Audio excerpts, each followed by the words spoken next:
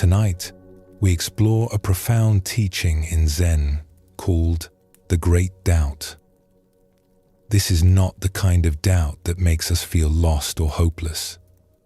It is a way of being that can bring extraordinary peace into our lives. Before we begin, feel free to share what time it is and where you're listening from. The Great Doubt is like a door that opens inward. When we are willing to truly question, to sit with not knowing, something unexpected can happen. The mind grows quiet. The heart grows spacious. We discover a kind of peace that does not depend on having all the answers. Tonight, we will explore this teaching through stories and reflections.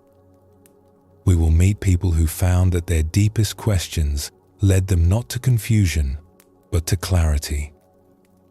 Not to despair, but to a gentle awakening. Let your body settle wherever you are resting. There is nothing you need to figure out right now. Nothing you need to solve. Simply listen and let these ancient teachings wash over you like gentle rain into earth. The stories will carry you. The wisdom will find its way in. Take a slow, deep breath and let's begin our journey together. There is an old saying in Zen that goes like this: great doubt, great awakening. Small doubt, small awakening. No doubt, no awakening. At first, this might seem strange. We usually think of doubt as something negative, something to overcome. We want to feel certain, to have solid answers that we can hold on to. But Zen points to a different kind of doubt. Not the anxious worry that keeps us up at night, and not the cynical suspicion that closes our hearts. The great doubt is something else entirely. It is a profound willingness to question, to look beneath the surface of things, to wonder about what we have always assumed to be true. Most of us walk through life with a set of beliefs we have never really examined. We believe we know who we are, what makes us happy, and how life works.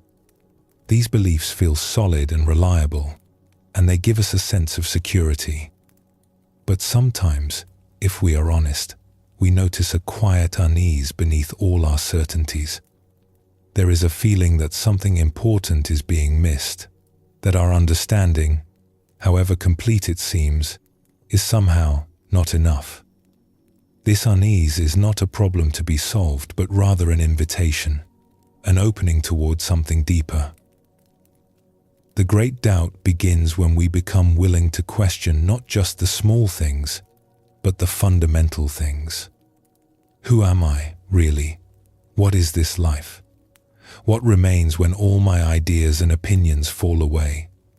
These are not questions that the thinking mind can answer with a neat explanation. They are questions that open us and soften the rigid walls of what we think we know. Zen teaches that this opening is essential. Without it, we remain trapped in our familiar patterns, our comfortable certainties. We miss the aliveness that exists beneath our concepts. The great doubt is like a key that unlocks a door we did not even know was there. Let us explore a story that shows this teaching. In a prosperous city known for its schools and libraries, there lived a man named Jiro who had devoted his life to learning. From childhood, he had loved knowledge. He memorized texts that others found difficult. He asked questions that impressed his teachers. By the time he was grown, he had studied philosophy, history, medicine, and the movements of the stars. People came from distant towns to consult him on difficult matters. Jiro took pride in his learning. When someone posed a question, he could usually provide an answer. When debates arose, he could argue any position with skill and confidence. His mind was sharp, his memory vast, his reasoning precise. By any measure, he was a successful man, respected and accomplished, certain of his place in the world. But in quiet moments, when the visitors had gone and the books lay closed on his desk, Jiro sometimes felt a strange emptiness. He could not name it exactly. It was like a room that looked full but felt hollow. He had accumulated so much knowledge, yet something essential seemed to be missing. He told himself this feeling would pass. Perhaps he simply needed to learn more. Perhaps there was some field of study he had neglected, some wisdom tradition he had not yet explored. He threw himself into new subjects with renewed energy. He traveled to distant cities to study with famous teachers. He filled more shelves with more books. But the emptiness remained, quiet and persistent, like a guest who would not leave. One autumn, Jiro heard about an old teacher who lived in the mountains outside the city. People spoke of her with a kind of reverence that puzzled him. She had written no books. She held no formal position.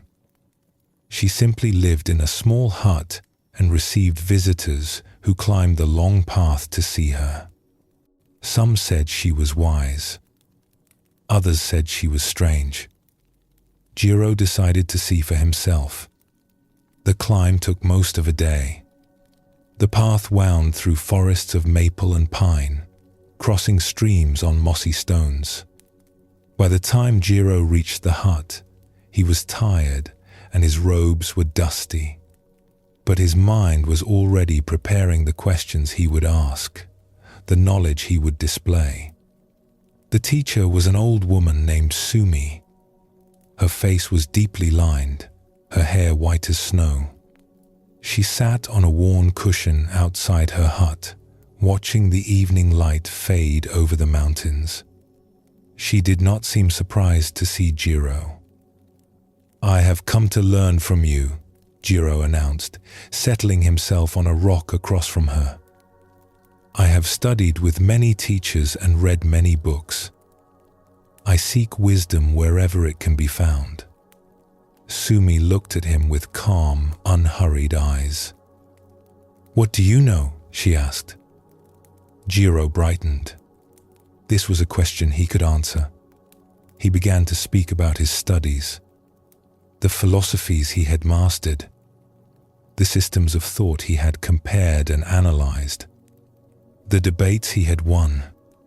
He spoke for a long time, his words flowing easily, each sentence demonstrating the breadth of his learning.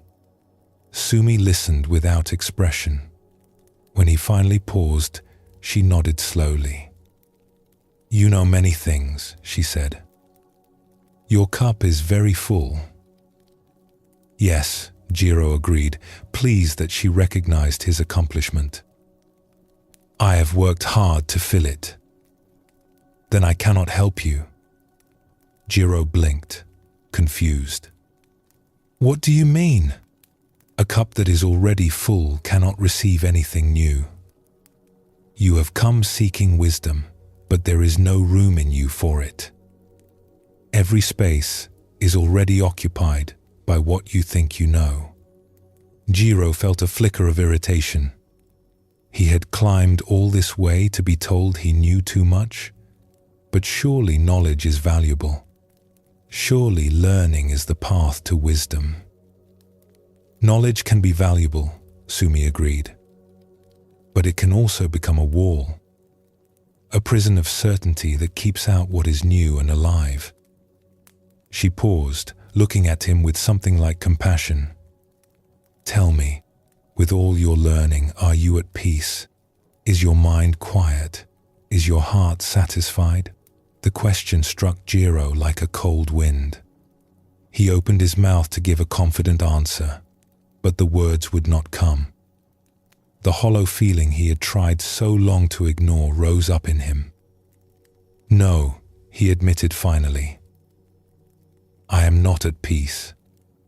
I have everything a learned man should have, but something is missing. That is why I came. Sumi nodded, as if she had expected this. Your knowledge has given you answers, but it has not given you rest. Perhaps what you need is not another answer. Perhaps what you need is a question. A question, yes. A question you cannot answer with your books. A question that will not be satisfied by clever reasoning. A question that will stay with you, working beneath all your certainties until something opens. She leaned forward slightly. Here is your question. Take it with you when you leave. Do not try to answer it with your thinking mind. Just let it live in you. Let it do its work. She paused for a long moment. Who are you when you are not being the one who knows? Jiro felt something shift in his chest. The question seemed simple, but when he tried to answer it, his mind went blank. He was always the one who knew things. That was who he was. His identity, his purpose, his entire sense of himself was built on knowing.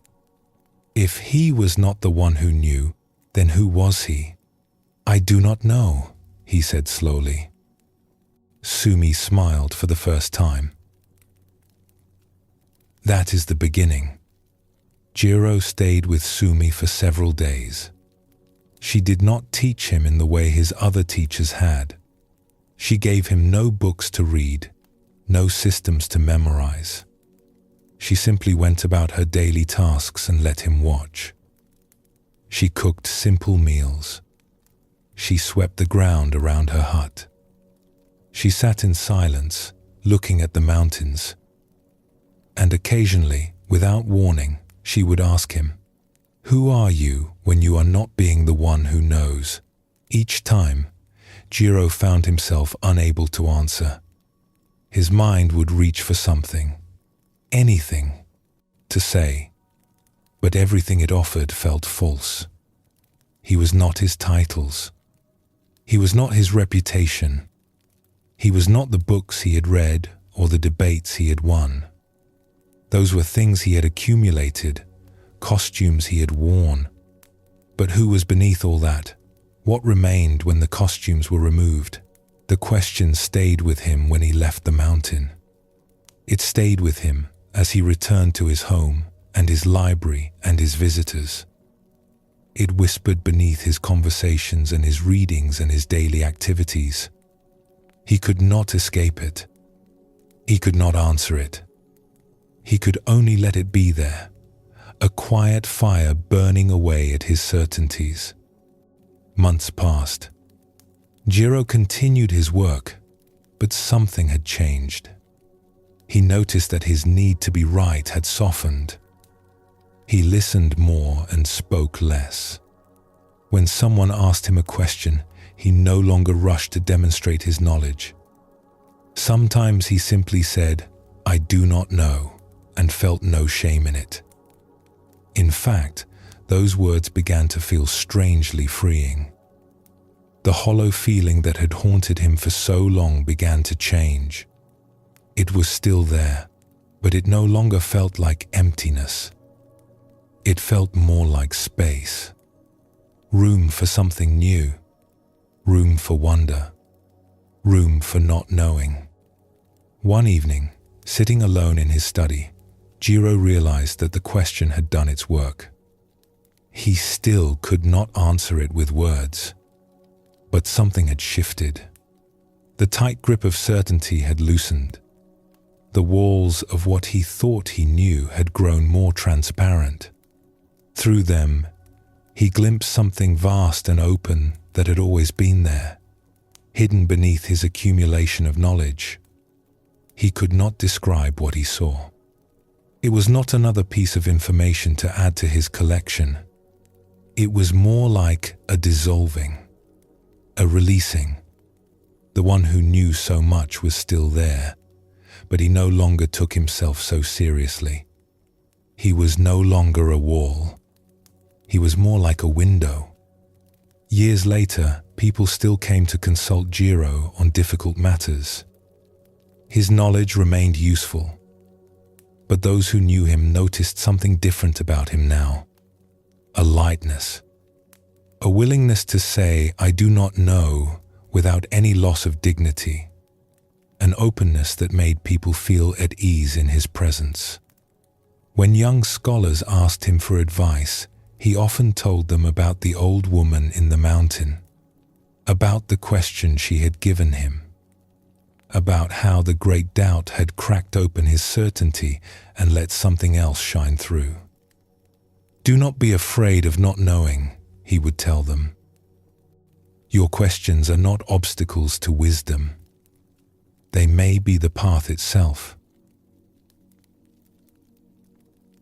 This story shows us something important about the great doubt.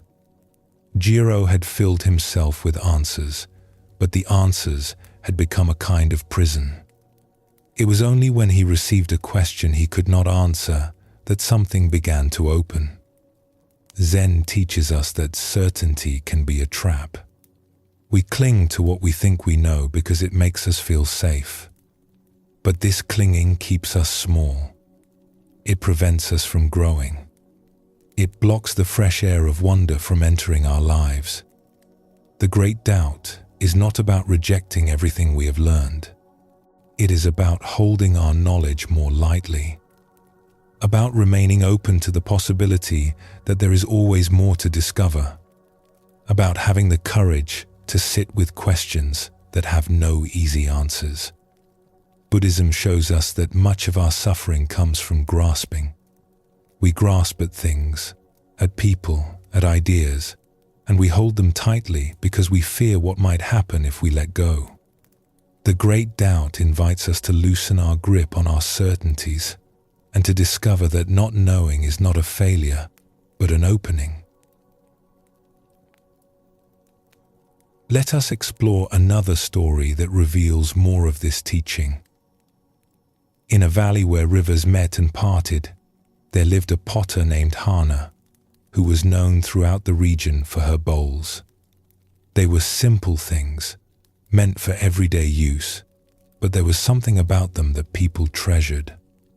They felt right in the hands. They made ordinary meals feel more satisfying. People kept her bowls for generations, passing them down to children and grandchildren. Hana had learned her craft from her mother, who had learned from her mother before her. The techniques were old and proven. The clay came from a particular riverbank. The glaze was mixed according to a recipe passed down through many hands. The firing followed rhythms established long ago. Hana knew exactly how to make a good bowl, and she made them well, year after year. But in her 40th year of working with clay, something began to trouble her. It started as a small feeling, easy to dismiss. A restlessness as she sat at her wheel. A vague dissatisfaction as she looked at her finished pieces. They were good bowls. Everyone said so. Yet Hana found herself wondering, was this all there was? She had mastered her craft. She knew all the answers about clay and glaze and fire. She could predict exactly how each piece would turn out. This predictability had once felt like mastery. Now it began to feel like a kind of death. Where was the surprise? Where was the mystery? Where was the aliveness she had felt as a young potter, when each piece was an adventure? One day, a traveling monk stopped at her workshop to ask for water. Hana invited him to rest in the shade while she finished her work at the wheel. The monk watched her hands shape the clay with practiced ease. "You are very skilled," he observed. "I have been doing this for 40 years, Hana replied. "The work knows itself by now. My hands know what to do without thinking." "And does this satisfy you?" Hana paused. The question caught her off guard. "It should satisfy me," she said slowly. I do good work. People value what I make. I have nothing to complain about. But does it satisfy you? The monk asked again gently. The restlessness Hana had been trying to ignore rose up in her. No, she admitted. I do not know why, but no. Something is missing. The monk nodded as if this were expected. When we master something completely, when all the questions are answered and all the problems solved, we sometimes lose touch with the life in it. The mystery drains away. We become like someone who has memorized a poem so thoroughly that they no longer hear the music in the words. What can I do? Hana asked. I cannot unlearn what I know. I cannot pretend not to understand my craft. No, the monk agreed. But you can question it. Not to destroy your knowledge, but to refresh it. To let the mystery back in. Ask yourself questions you think you already know the answers to. Look at the clay as if you had never seen clay before. Wonder about the fire as if its workings were still a secret. Let yourself not know, even about the things you know best. After the monk left, Hana sat with his words. They seemed strange and impractical. She had spent decades learning the answers. Now she was supposed to question them, but the restlessness remained, and she had no other remedy. So she began, tentatively, to experiment. When she sat at her wheel, instead of reaching for the familiar certainty, she tried to approach the clay with fresh eyes. What is this material, really? How does it respond to my touch? What does it want to become? At first, nothing happened. Her hands moved in the same old patterns. Her mind supplied the same old answers. But she persisted, day after day, letting questions arise rather than reaching for solutions. Then, slowly, something began to shift. She started noticing things she had overlooked for years. The way the clay had different qualities on different days, responding to weather and moisture in subtle ways. The way her own mood affected the shapes that emerged. The way each bowl, even when made with the same techniques, had its own character, its own presence. She began to experiment with small changes. What if she let the wheel spin a little slower? What if she used slightly more water? What if she trusted her hands to move in ways she had not planned? The results were unpredictable. Some pieces failed. Some came out misshapen or cracked. But others surprised her with a beauty she could not have achieved through certainty alone. One morning, Hana was working on a bowl when something unexpected happened. She had been sitting with a question, one that had grown larger in her mind over the weeks. What if I do not know what this bowl is supposed to be? She let her hands move without direction. She let the clay suggest its own form. She let go of her 40 years of knowing and simply wondered. The bowl that emerged was unlike anything she had made before. It was slightly asymmetrical, with a gentle curve that no plan would have produced.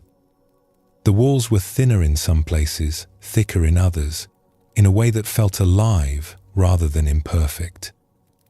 When she held it in her hands, it felt different, more real, more present, as if the bowl itself was awake. Hana stared at it for a long time. She realized that her certainty had been holding something back. By knowing exactly what each bowl should be, she had prevented something else from coming through. Something that only emerged when she was willing not to know. She continued to make bowls in the old way too. Her customers still needed reliable pieces for their homes. But she also set aside time for wondering, for questioning. for letting the clay teach her things she had thought she already knew. These pieces were fewer, and not all of them succeeded. But the ones that did had a quality she could not explain. People noticed. They said these bowls felt different in their hands, alive in a way the others were not. When her own daughter began learning the craft, Hana taught her all the traditional techniques.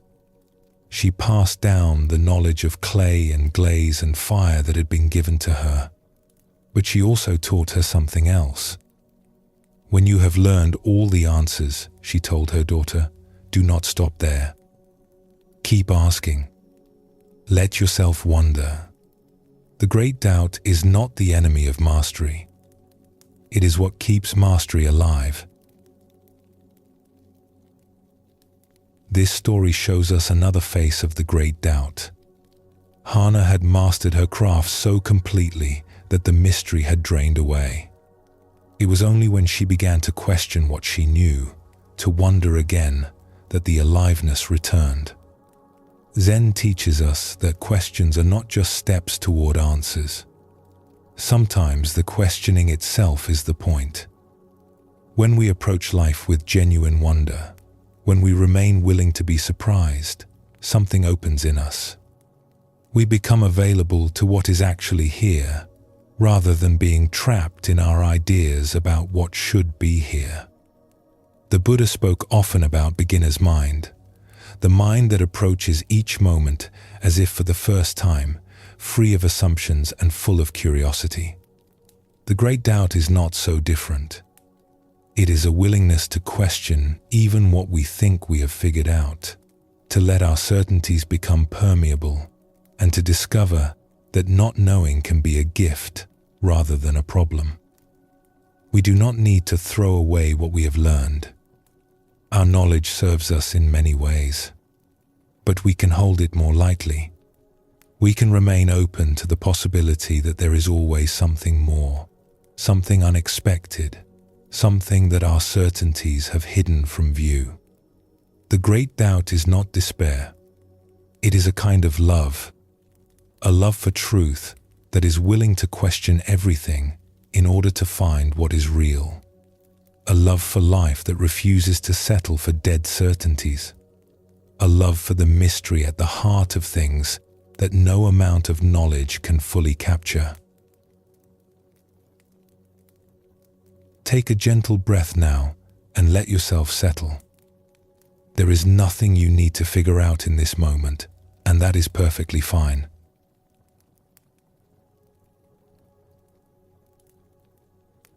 In our daily lives, we ask questions because we want answers, which is less than #0. 5# is greater than, where did I put my keys? What time does the shop close? How do I solve this problem at work? These questions serve a practical purpose, and when we find the answers, the questions dissolve. We move on to the next thing. But there is another kind of question, one that works differently. These are questions that cannot be answered in the usual way. They are not puzzles to be solved, but doorways to be entered. When we sit with them, they do not lead us to a conclusion.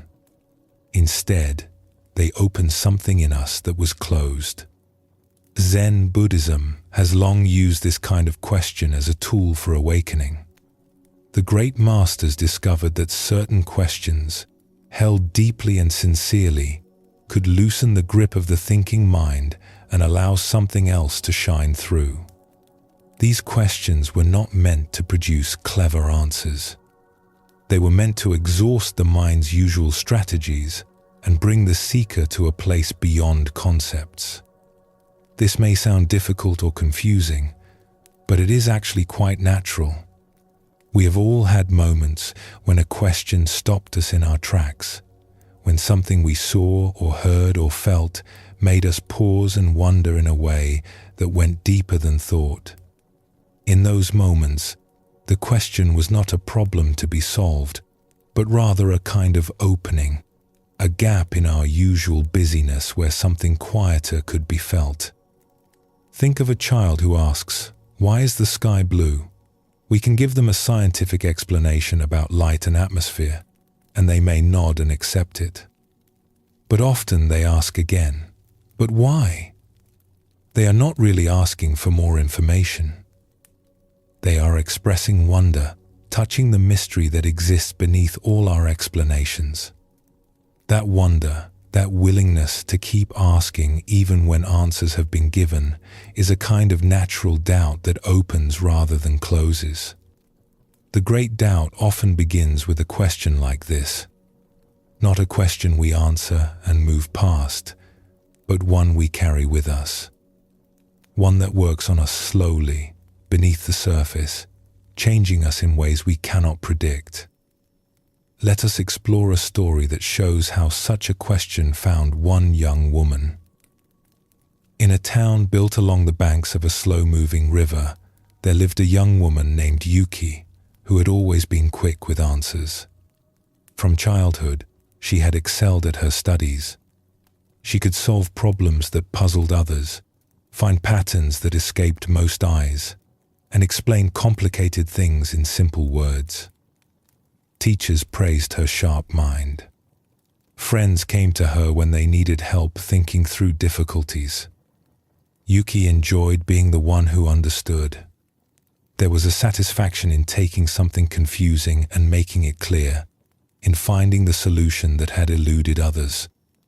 Her mind was like a tool she had learned to use well, and she used it constantly, applying it to every situation she encountered. When she was 20 years old, Yuki heard about a teacher named Master Ren who lived in a small temple on the other side of the river. People said he was wise, though they could rarely explain why. When asked what he taught, they would grow quiet and thoughtful, as if the question itself was harder than it seemed. This intrigued Yuki. She decided to visit him and see what wisdom he might offer. The temple was old and simple, surrounded by bamboo groves that rustled in the wind. Master Ren was an elderly man with kind eyes and an unhurried way of moving. He received Yuki in a small room that looked out onto a garden of moss and stones. "I have come to learn from you," Yuki said. "I have heard you are wise, and I wish to understand what you understand." Master Ren smiled gently. "What is it you want to know?" Yuki had prepared for this. She had a list of philosophical questions she wanted to discuss, problems she had been pondering, ideas she wanted to test against a wise mind. She began to lay them out, one after another, showing the depth of her thinking. Master Ren listened without interrupting. When she finished, he nodded slowly. "You have a good mind," he said. "You think clearly and express yourself well. But I wonder if all this thinking has brought you peace." Yuki paused. It was not the response she had expected. "I enjoy thinking," she said carefully. "It is what I do well." "Yes, I can see that. But enjoying something and finding peace in it are not always the same. Does your mind ever rest? Or does it spin constantly, always looking for the next problem to solve, the next question to answer?" Yuki felt a flicker of recognition. It was true that her mind rarely stopped. Even in quiet moments, it was working, analyzing, comparing, planning. She had always seen this as a strength, but now she wondered if it might also be a kind of burden. "It does spin," she admitted. "But is that not just how minds work?" "Some minds spin more than others," Master Ren replied. "And sometimes the spinning becomes a habit that prevents us from seeing what is right in front of us. We become so busy thinking about life that we forget to live it." He paused and looked at her with something like compassion. "I would like to give you something. Not an answer, but a question. A different kind of question than you are used to." This question cannot be solved with your usual thinking. If you try to answer it that way, you will only go in circles. But if you carry it with you, let it live in you without forcing an answer, it may show you something your thinking mind cannot reach. Yuki felt both curious and skeptical. She had always solved questions by thinking about them. What other way was there? "What is the question?" she asked. Master Ren was quiet for a long moment. Then he said, "What did your face look like before your parents were born?" Yuki blinked. The question made no sense.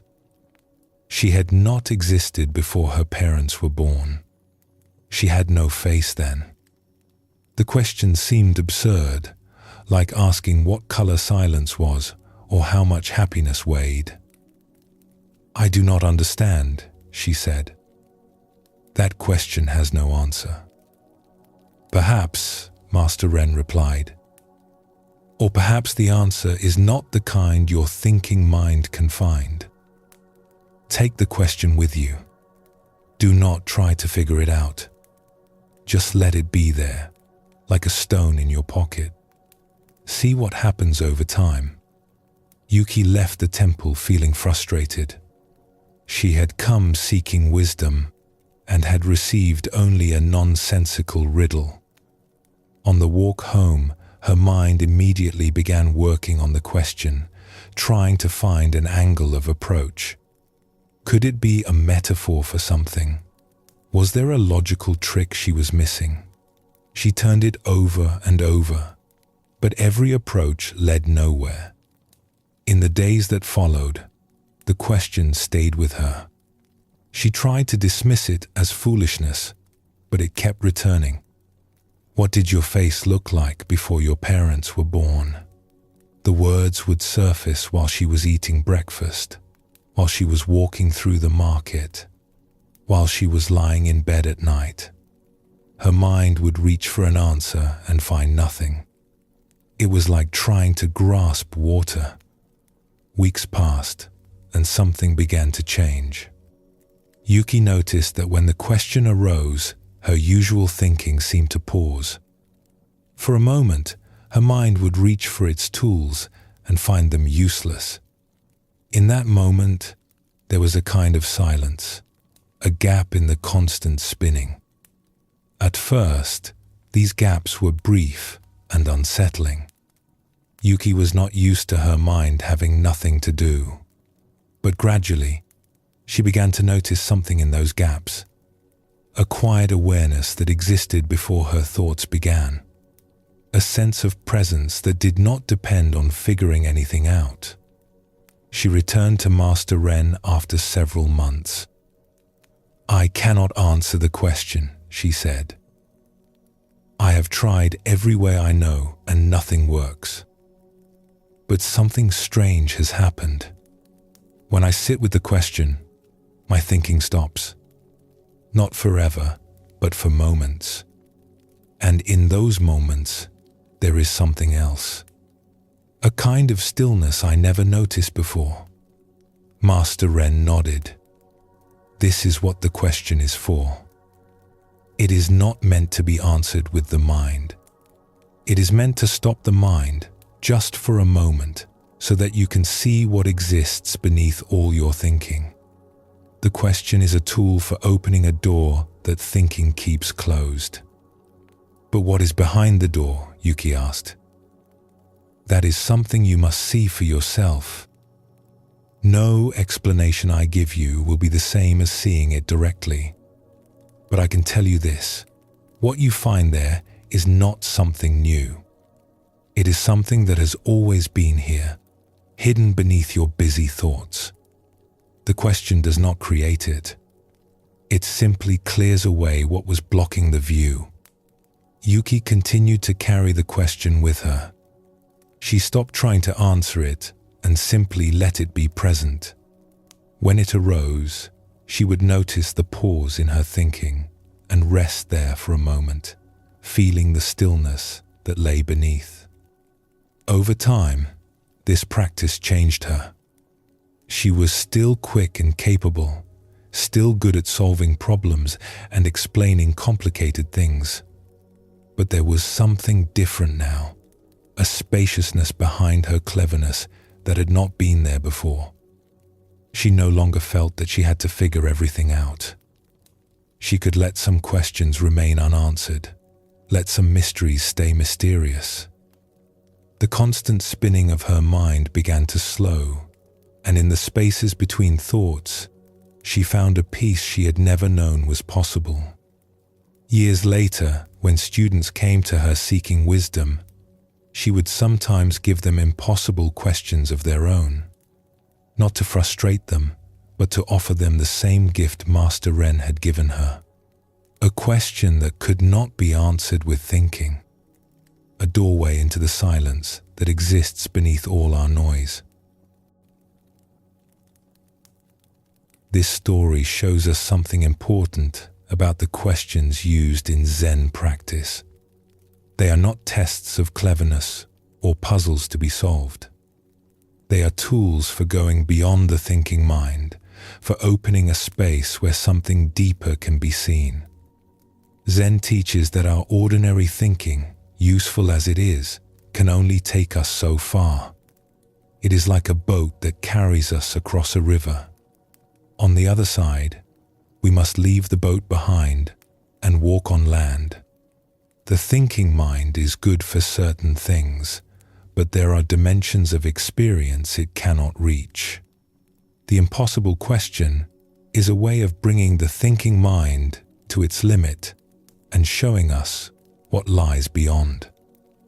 We spend most of our lives answering questions that have answers. This is necessary and useful, but it can also create a habit of mind that expects every question to be solvable, every mystery to be explainable.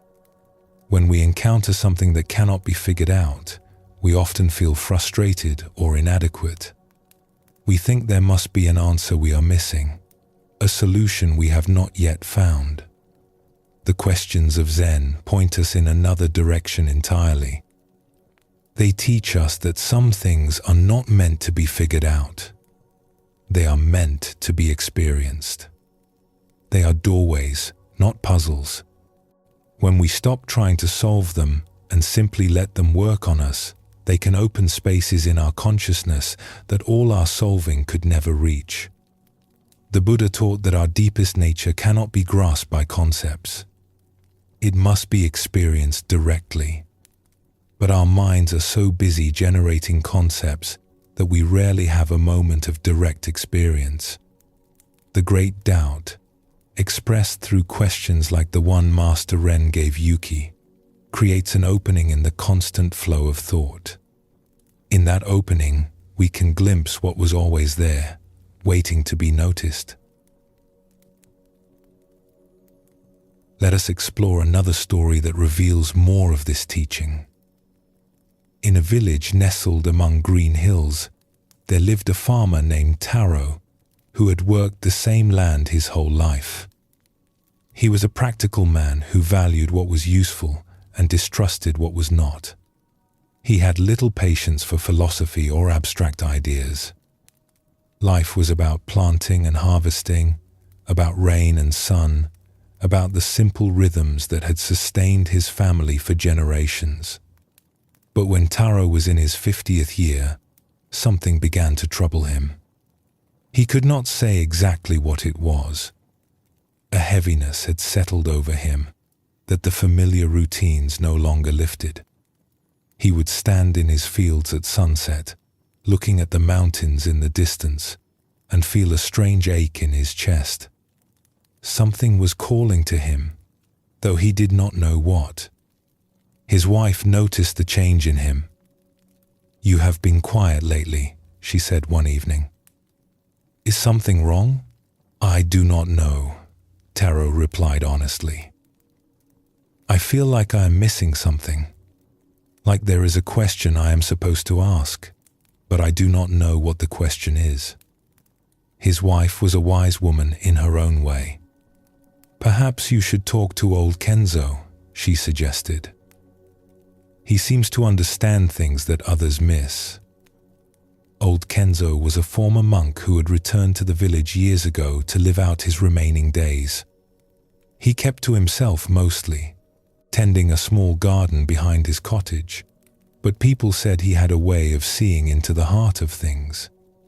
Taro had never spoken with him about anything beyond the weather and the crops. The next morning, Taro found himself walking toward Kenzo's cottage. He felt foolish, a practical farmer seeking advice from an old hermit about a feeling he could not even name. But the heaviness remained, and he did not know where else to turn. Kenzo was sitting outside his cottage, watching the morning mist lift from the hills. He did not seem surprised to see Taro. "Sit with me," he said simply, gesturing to a wooden bench nearby. Taro sat.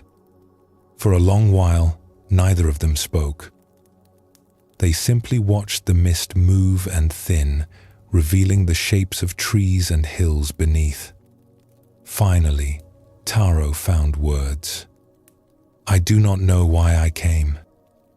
I feel like something is missing, but I cannot say what. I have a good life, a good wife, good land. But lately, there is this weight in my chest that will not lift." Kenzo nodded slowly, as if this were a familiar story. "The weight you feel is a question trying to be born. Your heart is asking something that your mind does not know how to hear." "What question? That is what you must discover. But I can tell you this much. The question is not about your farm or your crops or anything practical. It is about something deeper, something you have been too busy to notice all these years." Taro felt frustrated. "I do not understand. Can you not just tell me what the question is?" Kenzo smiled gently. "If I told you, it would be my question, not yours. The question must arise from your own heart. But I can give you a practice that might help it emerge."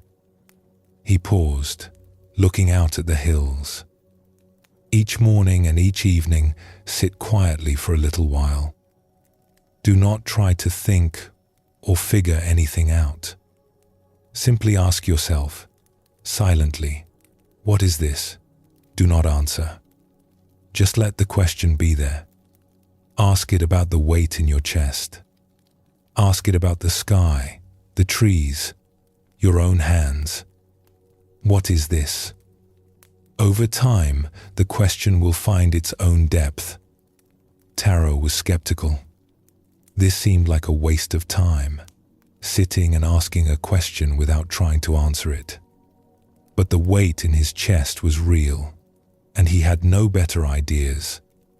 So he agreed to try. Each morning before beginning his work, and each evening after finishing, Taro would sit quietly on the edge of his field. He would look at whatever was before him and silently ask, "What is this?" At first, his mind would jump in with answers. "The sky is blue. The tree is an oak. My hands are rough from work." But he learned to let these answers pass and simply stay with the question. Days became weeks. The practice felt strange at first, almost embarrassing. What was a practical farmer doing? Sitting and asking silly questions about trees and sky. But something in him needed this, and so he continued. Gradually, the question began to change. It became less about naming things and more about wondering at them. What is this sky, really? What is this moment of being alive? What is this awareness that looks out from my eyes? The questions had no answers, but they opened something in Taro that had been closed. The weight in his chest began to shift. It was still there, but it no longer felt like a burden. It felt more like a door, slightly ajar, with light coming through from the other side. One evening, sitting at the edge of his field as the sun went down, Taro asked his question, and something happened that he would never quite be able to explain. The boundary between himself and what he was looking at seemed to thin and then dissolve. There was just this moment, this light, this presence, with no separation between seer and seen. It lasted only a moment, but in that moment, Taro understood why he had felt that weight. He had been carrying around a sense of separation his whole life, a feeling that he was here and the world was out there, divided and alone. In that moment of dissolution, the loneliness he had not even known he was carrying lifted. When the experience passed, Taro sat very still. Tears were running down his face, though he did not feel sad. He felt, for the first time he could remember, completely at home in the world. He went back to old Kenzo the next day. "Something happened," he said. "I cannot explain it, but something opened." Kenzo looked at him and smiled. The question did its work. It kept knocking on a door until the door finally opened, even if only for a moment. Will it happen again? Perhaps. Perhaps not.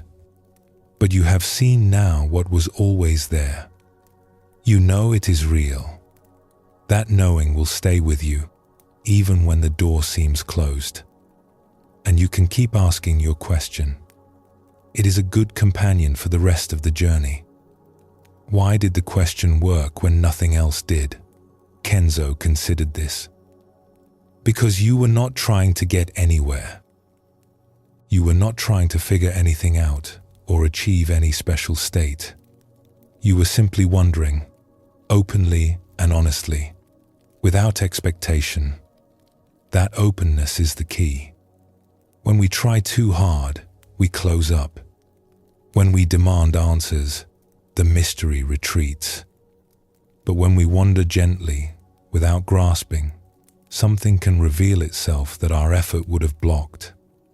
Taro returned to his farming, to his practical life of planting and harvesting. But he was not the same man who had walked to Kenzo's cottage that morning. The heaviness was gone, replaced by something lighter and more open. He still asked his questions sometimes, sitting quietly at the edge of his field. And though the great opening did not return in the same way, there were smaller openings, moments of wonder and presence that seasoned his days with a sweetness he had never known. Zen teaches that the truth we seek is not hidden in some distant place. It is right here, in this moment, in this breath, in this ordinary experience. But we are usually too busy with our thoughts and plans and worries to notice it. The question becomes a way of interrupting our usual busyness and opening our eyes to what is already present.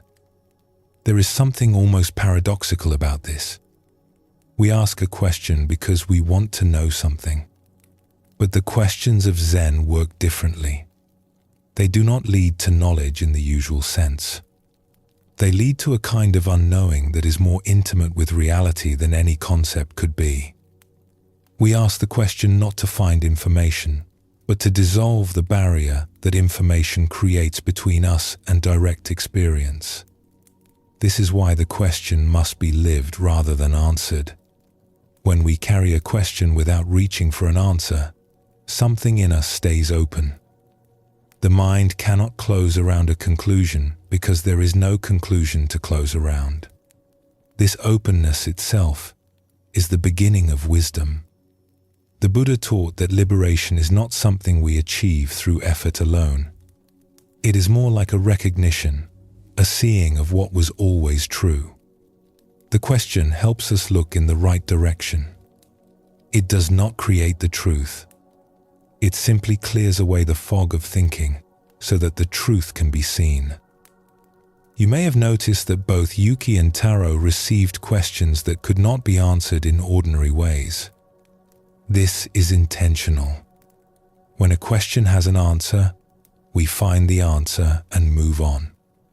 But when a question has no answer, at least no answer the thinking mind can grasp, we must stay with it. We must live with it. And in that living, something can happen that is beyond what thinking can produce. The great doubt is nourished by such questions. It is not doubt in the sense of skepticism or disbelief. It is a profound wondering, a willingness to not know, a staying open to mystery even when the mind wants to close around an answer. This kind of doubt is not a weakness. It is a strength. It keeps us humble, receptive, and alive to what each moment might reveal. We do not need to seek out impossible questions from Zen masters. Life itself offers us questions that cannot be answered if we pay attention. The mystery of why we are here at all. The strangeness of consciousness looking out from our eyes. The fact that anything exists rather than nothing. These are not problems to be solved, but wonders to be felt. When we allow ourselves to feel them, to really sit with them without rushing toward explanations, we are practicing the great doubt in our own way. Let yourself settle now and take a slow breath. The questions can rest for a while, held gently without needing to be answered.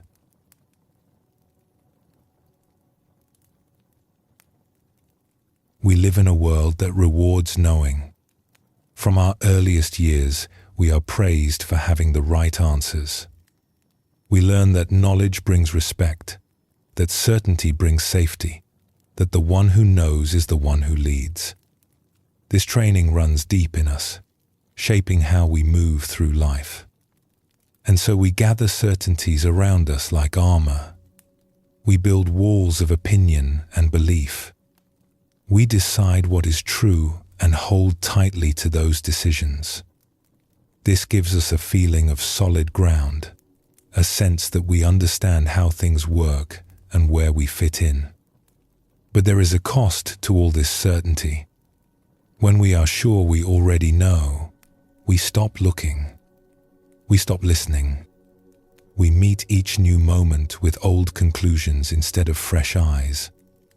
Our knowledge, meant to help us, can become a kind of blindness. The great doubt asks us to loosen our grip on what we think we know. This takes courage. It means being willing to stand in the open without the protection of our certainties. It means admitting that we might be wrong, that there might be more to see, that our understanding is incomplete. Zen calls this not knowing, and it is considered a great gift rather than a weakness. When we truly do not know, we are finally available to learn. When we release our grip on old answers, our hands are free to receive something new. Let us explore a story that shows how one teacher discovered this truth. In a city known for its great halls of learning, there lived a teacher named Master Win who was famous for his knowledge. He had spent 40 years studying the old texts and could answer almost any question put to him.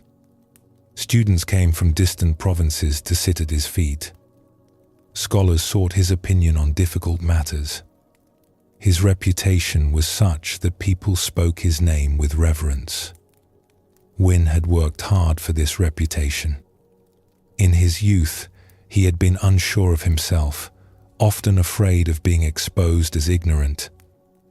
So he had studied relentlessly, memorizing texts, mastering arguments, filling every gap in his knowledge that he could find.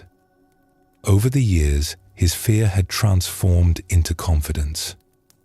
He had become the one who knew, and he wore this identity like a fine robe. But in his 60th year, something began to trouble him. A young student named Ami had joined his school, and she asked questions that were different from the others.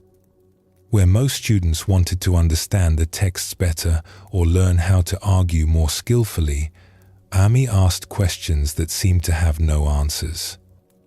What is awareness made of? Where does a thought come from before it arises? Why is there something rather than nothing? At first, Win tried to answer these questions the way he answered everything else. He drew on his vast learning, citing this text and that authority, constructing careful explanations. But Ami would listen patiently and then ask, "Yes, but what do you actually know about this? Not what the books say, but what you yourself have seen." These questions unsettled Win more than he wanted to admit. The truth was, on the deepest matters, he did not know from his own direct experience.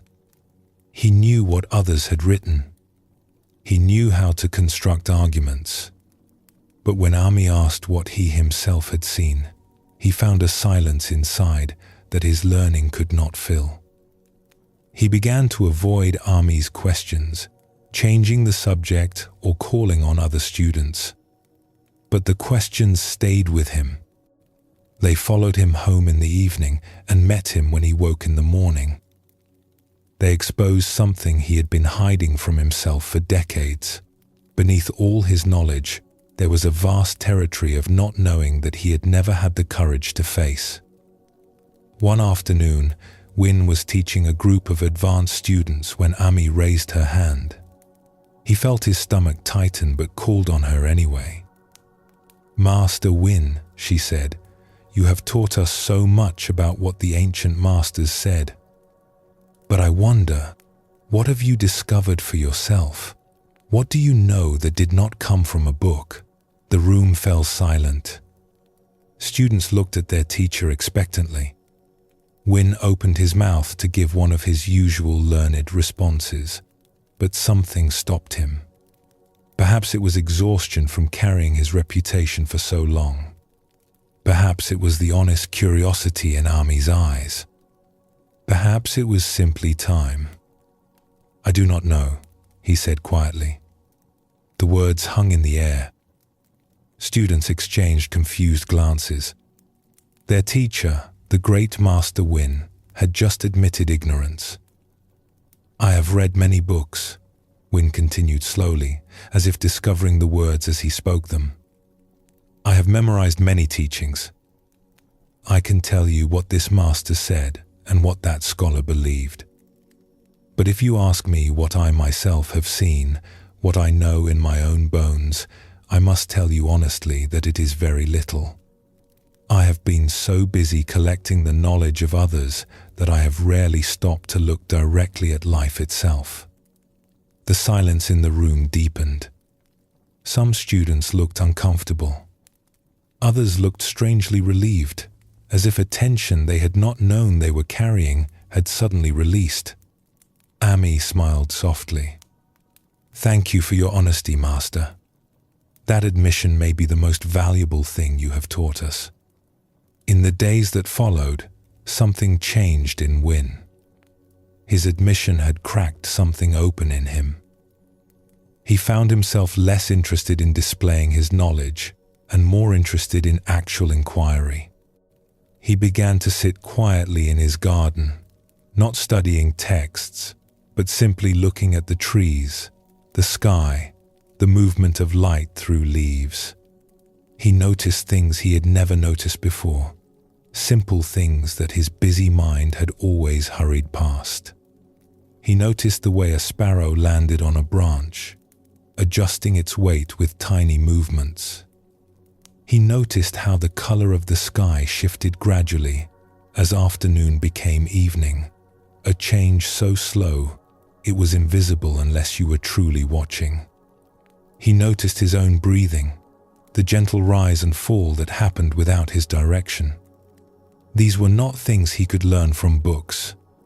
They were things that could only be seen by someone who was actually present. At first, this felt strange and unproductive. His whole life had been about accumulating knowledge, building his understanding, adding to what he knew. Now he was simply sitting and looking, not trying to learn anything at all. His mind kept telling him he was wasting time, that there were texts he should be studying, arguments he should be refining. But something deeper in him wanted this stillness, this direct contact with life that all his reading had never provided. Some of his students left, disappointed that their teacher no longer seemed to have all the answers. But others stayed, drawn by something new in Win that had not been there before. There was a freshness to him now, a quality of genuine curiosity. When he taught, he no longer spoke only from books. He spoke from his own wondering, his own not knowing. And somehow, this was more alive than all his previous certainty. One student who stayed was Ami, the young woman whose questions had started his transformation. She came to sit with him in his garden sometimes, and they would simply be there together, not discussing texts or debating ideas, just present with whatever was. "I am sorry if my questions troubled you," she said one afternoon.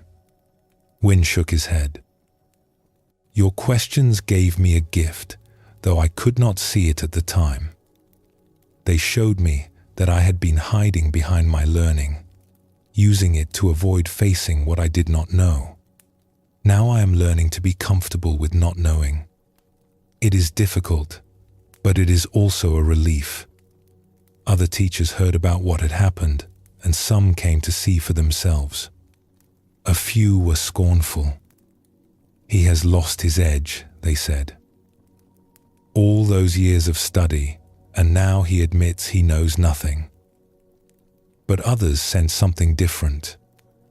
They saw a man who had set down a heavy burden, who had found the courage to stand in the open without the armor of expertise.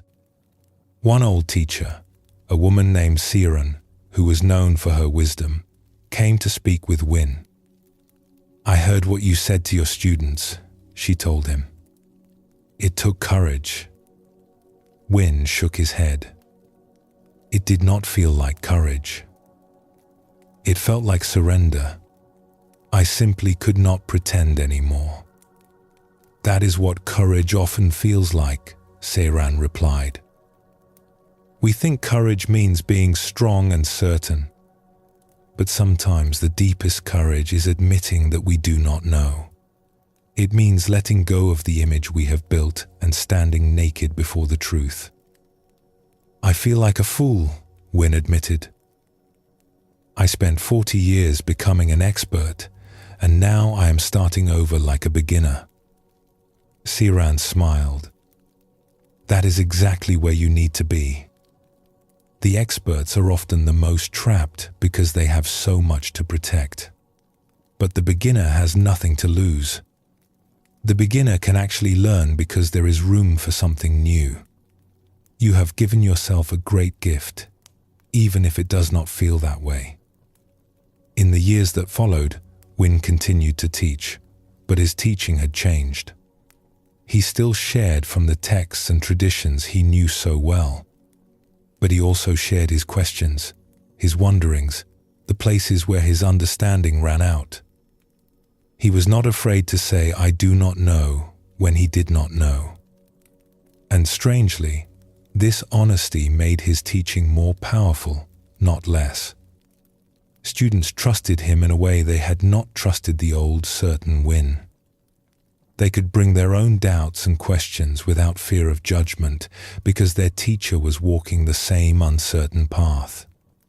There was one student, a young man who had arrived full of ambition and certainty, who came to Win after a particularly honest lecture.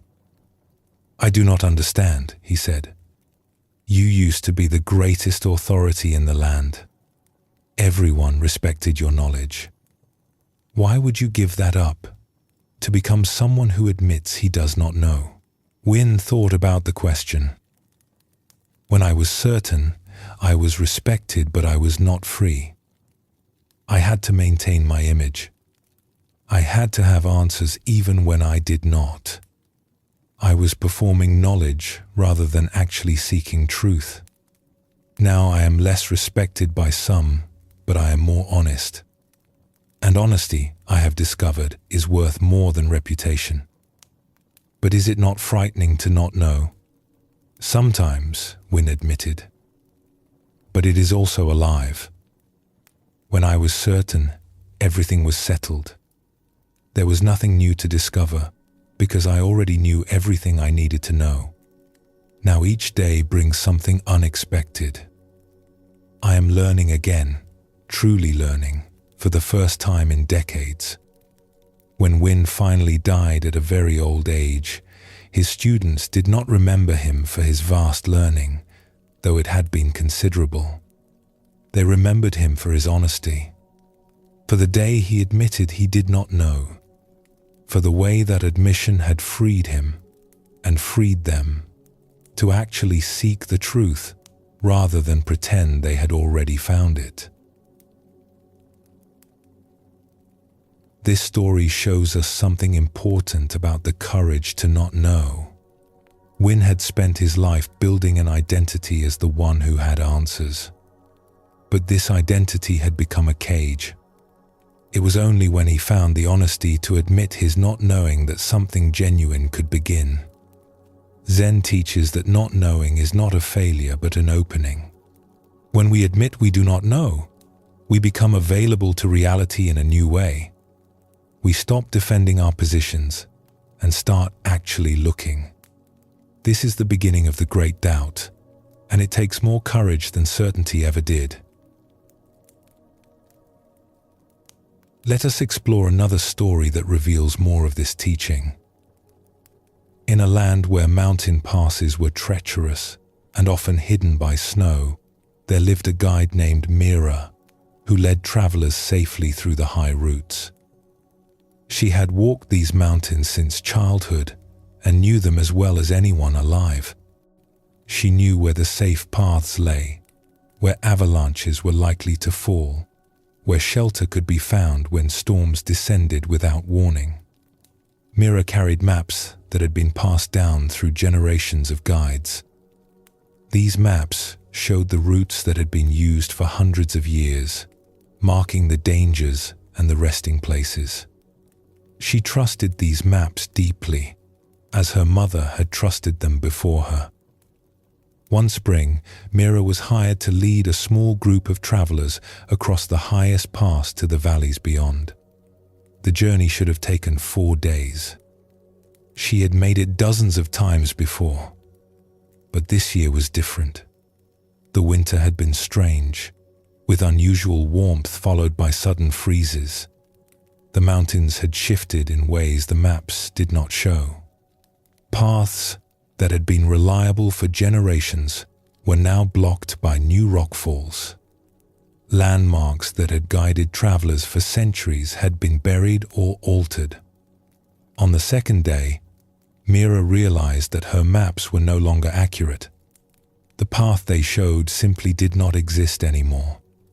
A great slide had reshaped the terrain so completely that she stood in a landscape she did not recognize, even though she had walked here many times before. The travelers looked at her expectantly, trusting her expertise. She felt a moment of panic. She was the guide. She was supposed to know the way. Her entire identity was built on knowing these mountains. She looked at her map again, as if staring at it might make the familiar path reappear. But the lines on paper no longer matched the rock and snow before her. The knowledge she had carried all her life was suddenly useless. One of the travelers, an elderly man named Chu, noticed her confusion. "Is something wrong?" Mira took a breath. She could pretend confidence, make a guess, and hope for the best. She had done that before, on smaller matters. But this was serious. A wrong choice in these mountains could be deadly. "The path I know is gone," she said finally. "The mountain has changed. My maps do not show what is here now." The travelers murmured with worry. A young woman looked frightened. A man began to argue that they should turn back. Chu raised his hand for quiet. "Let me understand. You are saying that what you knew before does not apply here? Yes, Mira admitted, the word heavy on her tongue. Chu nodded slowly. Then we must find a new way. What does the mountain itself tell you? Mira blinked. She had been so focused on her maps that she had forgotten to look at what was actually in front of her. She turned and really looked at the landscape, not comparing it to what she expected, but seeing it fresh. The snow had patterns that told stories if you knew how to read them. The rocks had colors that hinted at stability or danger. The wind carried information about what lay ahead. These were things she had learned long before she ever held a map, watching her mother move through the mountains with an attention that seemed almost magical. She put the maps away and began to walk slowly, reading the mountain as it was now, rather than as it had been. It was frightening at first, having no predetermined path to follow. Each step required fresh attention. She could not rely on memory or tradition. She had to actually see, actually feel, actually respond to what was here. She found herself moving differently than she ever had before. Usually she walked with confidence, knowing where she was going. Her body relaxed because her mind held the route clearly. Now, she moved like a child exploring an unfamiliar place, testing each step before committing her weight, pausing often to look and listen and feel. The snow spoke to her if she paid attention. Here it was packed firm by wind, safe to walk on. There it had a different sheen, suggesting hollow spaces beneath where she could fall through. The rocks had their own language too. Some were settled and stable, anchored in their places for centuries. Others were loose, ready to shift if she trusted them with her weight. She remembered her mother teaching her these things when she was very small, before she could read maps or understand words. Her mother would take her hand and guide her over the terrain, stopping to point at things without explaining, just showing. See this. Feel this. Notice this. At the time, it had seemed like play. Now Mira realized it had been the deepest teaching she had ever received. The group moved slowly. Sometimes Mira stopped for long minutes, sensing something she could not name, choosing not to proceed until she understood what the mountain was telling her. The travelers grew impatient at times, but old Chu would quiet them with a look. She is doing something more difficult than following a map, he told them. She is listening. There was one moment on the fourth day when Mira's new way of seeing may have saved all their lives. They were crossing a steep slope of snow that looked stable enough. The maps would have sent them straight across without hesitation. But something made Mira stop. She could not say what it was exactly. A quality of the light on the snow. A faint sound beneath her feet. An instinct rising from somewhere deeper than thought. We go around, she said, pointing to a longer route that would add an hour to their journey. The travelers protested. They were tired and cold. The snow looked fine. Why should they take the longer path? Mira could not explain. She only knew that something was wrong with the direct route, something her old certainty would have missed entirely. They took the longer path. And that evening, as they rested in a sheltered hollow, they heard the thunder of an avalanche behind them. It came from the slope they had not crossed, sweeping away everything in its path. If they had taken the direct route, they would have been caught in it. No one complained about the longer path after that. The journey that should have taken 4 days took 7. There were moments of real danger, routes that had to be abandoned, nights spent in inadequate shelter, when the safe caves could not be found. But they made it through, all of them, emerging into the valley beyond, tired but alive. When they reached the village on the other side, the travelers thanked Mira with relief and gratitude. She had saved them, they said. But Mira did not feel like a savior. She felt like someone who had been stripped of everything she thought she knew and had found something else in its place. Old Chu sought her out before departing. "You learned something on that mountain," he said. "I could see it happening." "I learned that my knowledge could fail me," Mira replied. "That everything I trusted could become useless in a moment. It was terrifying. And yet you found the way." "Yes, but only after I stopped trying to use what I knew. Only after I admitted that I did not know and started looking with fresh eyes." She paused, remembering the feeling of putting away her maps. It was like becoming a beginner again.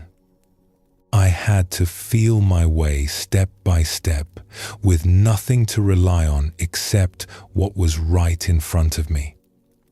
Chu smiled. "That is the only place where real knowing lives. Not in maps or memories, but in direct contact with what is here now.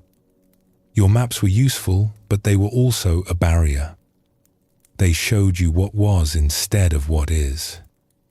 When you set them down, you could finally see. But how do I know when to trust the maps and when to trust my own seeing?" Mira asked. Chu considered this. "The maps are like an old friend who has been to these mountains before and wants to help you. You should listen to what they say, but you should also look with your own eyes.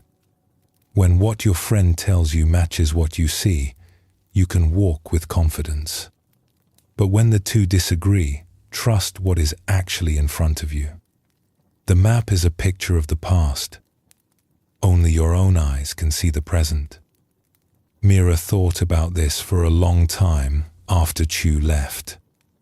She continued to guide travelers through the mountains in the years that followed. She still used maps, but she held them differently now. She knew they were pictures of the past, useful but incomplete. She knew that the mountains would keep changing and that her knowledge would need to change with them. She knew that the deepest guidance came not from what she had memorized, but from her willingness to see each journey fresh, to admit when she did not know, and to find the way by actually walking it. Sometimes, travelers asked her what made her such a skilled guide. She found it difficult to explain. It was not just her knowledge of the routes, though she knew them well. It was not just her physical ability, though years of climbing had made her strong. It was something harder to name, a quality of attention, a willingness to be uncertain, a trust in her own direct perception that went deeper than any map could reach. She taught this to the young guides who came to learn from her. "Carry your knowledge lightly," she told them. "It will help you, but it will also blind you if you trust it too much. The mountain is always new, even when it looks familiar. If you want to find the true path, you must be willing to not know. You must read what is here, not what you expect to be here. That is the only way through." Both of these stories show us different faces of the same truth. Win the teacher and Mira the guide both had to release their grip on what they thought they knew in order to find something more real. For Win, it was the admission that his book learning had not given him direct insight. For Mira, it was setting down her maps when they no longer matched the territory. The Buddha taught that clinging causes suffering, and this includes clinging to our ideas and beliefs. When we hold too tightly to what we think we know, we lose touch with what is actually here. Our knowledge becomes a screen between us and reality, showing us a picture of the past instead of the living present. The great doubt invites us to hold our knowledge more lightly, not to throw it away, but to remember that it is always partial, always incomplete. When we stay open to not knowing, we stay open to life itself. We can respond to what is actually here rather than reacting from old patterns and assumptions. This kind of not knowing is not ignorance. It is a deeper intelligence that stays awake and responsive. It is the wisdom of fresh eyes and open hands.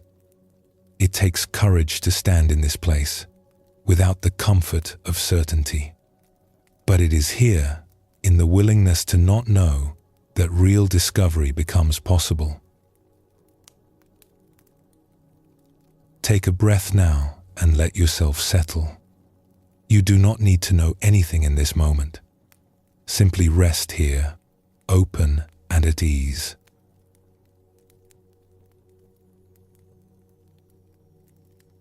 Sometimes we choose to question our certainties. We read something that opens our minds, or we meet a teacher who invites us to look deeper. These are gentle awakenings, and we can approach them at our own pace. But sometimes, life itself shakes our foundations. Something happens that we did not expect and could not have prepared for.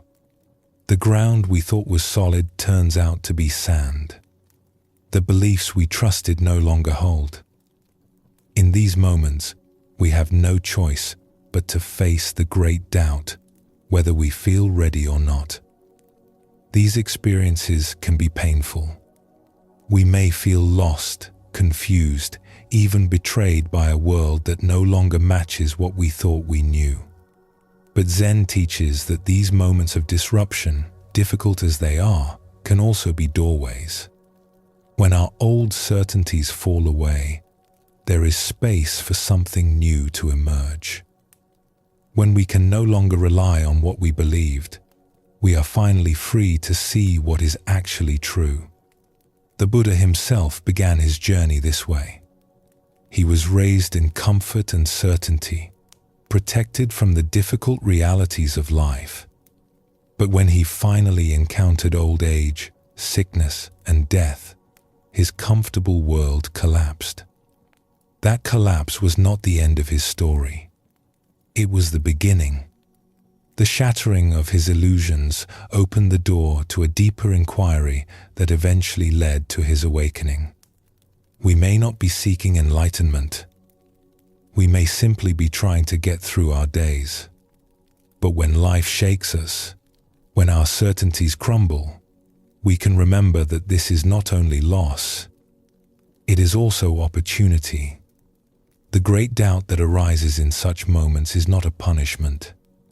It is an invitation to look deeper, to question more honestly, to find ground that does not depend on things staying the same. Let us explore a story that shows how one woman found her way through such a shaking. In a seaside town where fishing boats went out each morning and returned each evening, there lived a woman named Sora who had built a good life. She was married to a kind man who worked as a boat builder. They had 2 children who were growing strong and healthy. Their home was modest but warm, filled with the sounds of family life. Sora had always believed that if you worked hard and lived honestly, life would treat you fairly. This belief had been confirmed by her experience. She and her husband had worked hard, and they had been rewarded with stability and comfort. She saw this pattern everywhere she looked. Good people prospered. Difficulties came to those who had earned them somehow. The world made sense. But in her 35th year, everything changed. Her husband, who had never been sick a day in his life, developed a sudden illness that no healer could explain. Within 3 months, he was gone. Sora found herself alone with 2 children to raise, a workshop to manage, and a heart so broken she wondered if it would ever mend. The loss was devastating, but what troubled her almost as much was what it did to her understanding of the world. Her husband had been a good man. He had worked hard. He had been kind to everyone he met. According to her beliefs, he should have lived a long and healthy life. His death made no sense. It violated everything she thought she knew about how the world worked. In the months that followed, Sora went through the motions of living. She cared for her children. She hired workers to keep the boat-building workshop running. She cooked meals and washed clothes and did all the things that needed to be done. But inside, she felt hollow. The world she had understood was gone, and she did not know how to live in the one that had taken its place.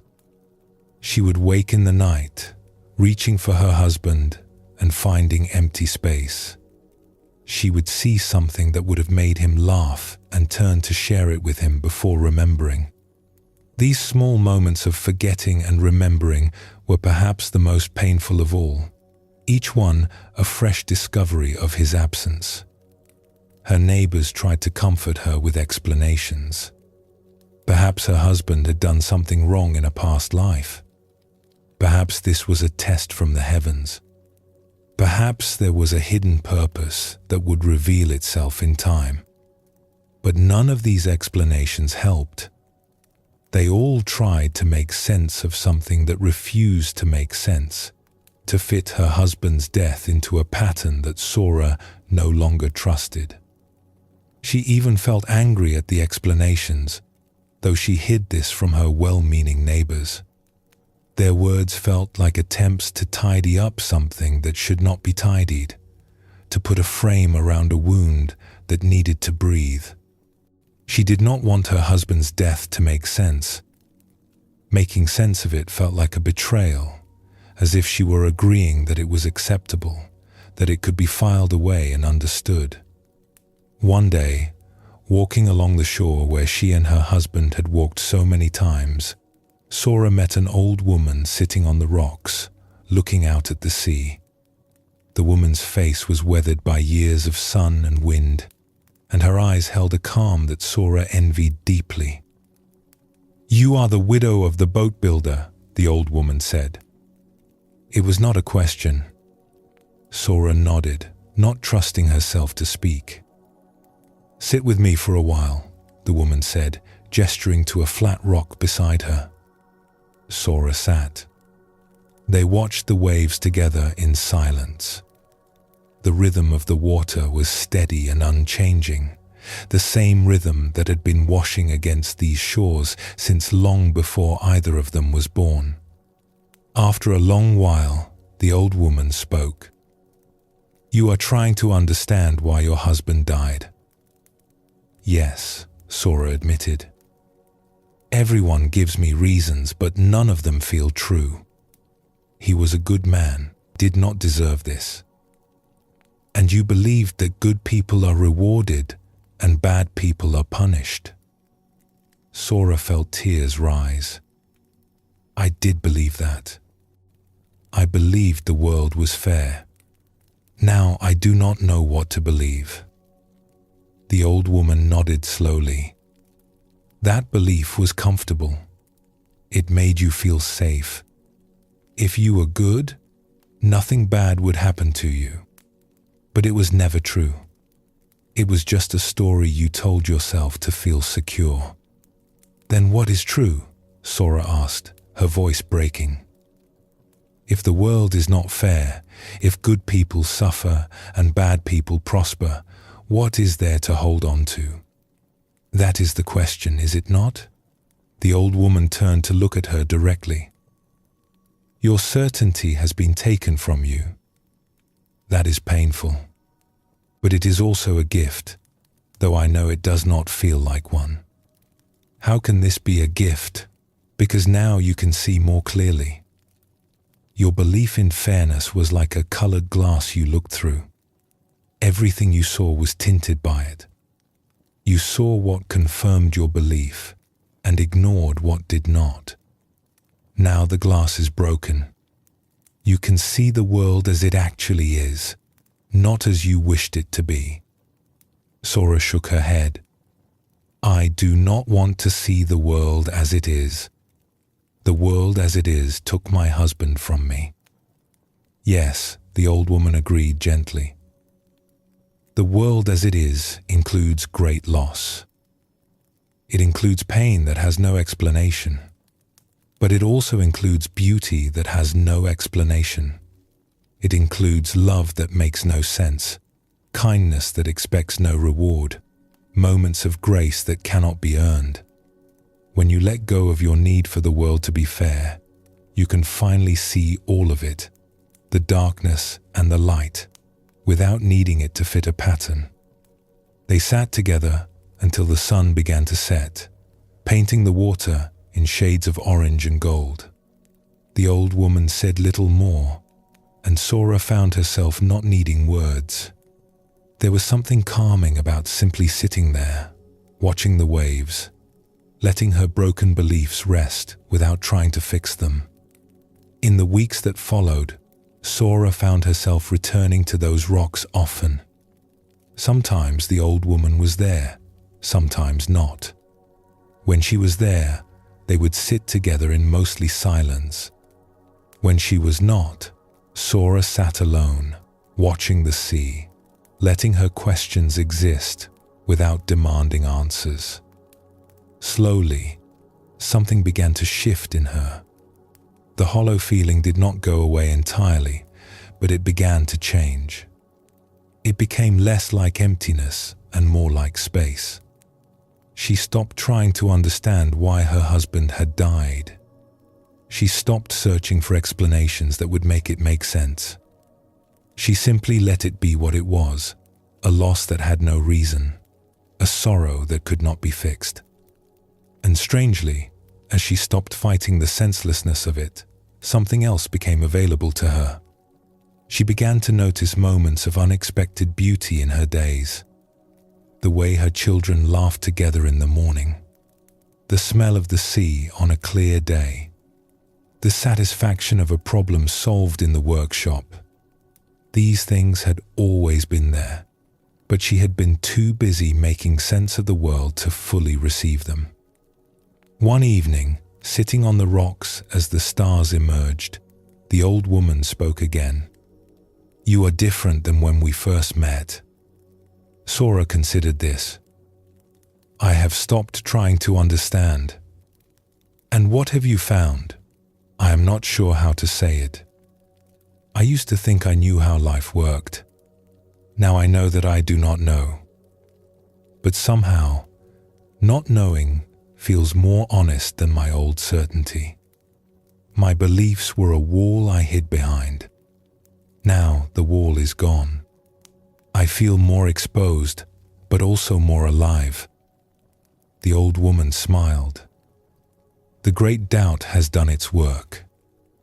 It has taken away your false ground and left you standing on what is real. What is real? This moment. This breath. This mystery of being alive that cannot be explained or controlled. When we stop demanding that life makes sense, we can finally meet it as it is. And what it is far stranger and more wonderful than any of our ideas about it.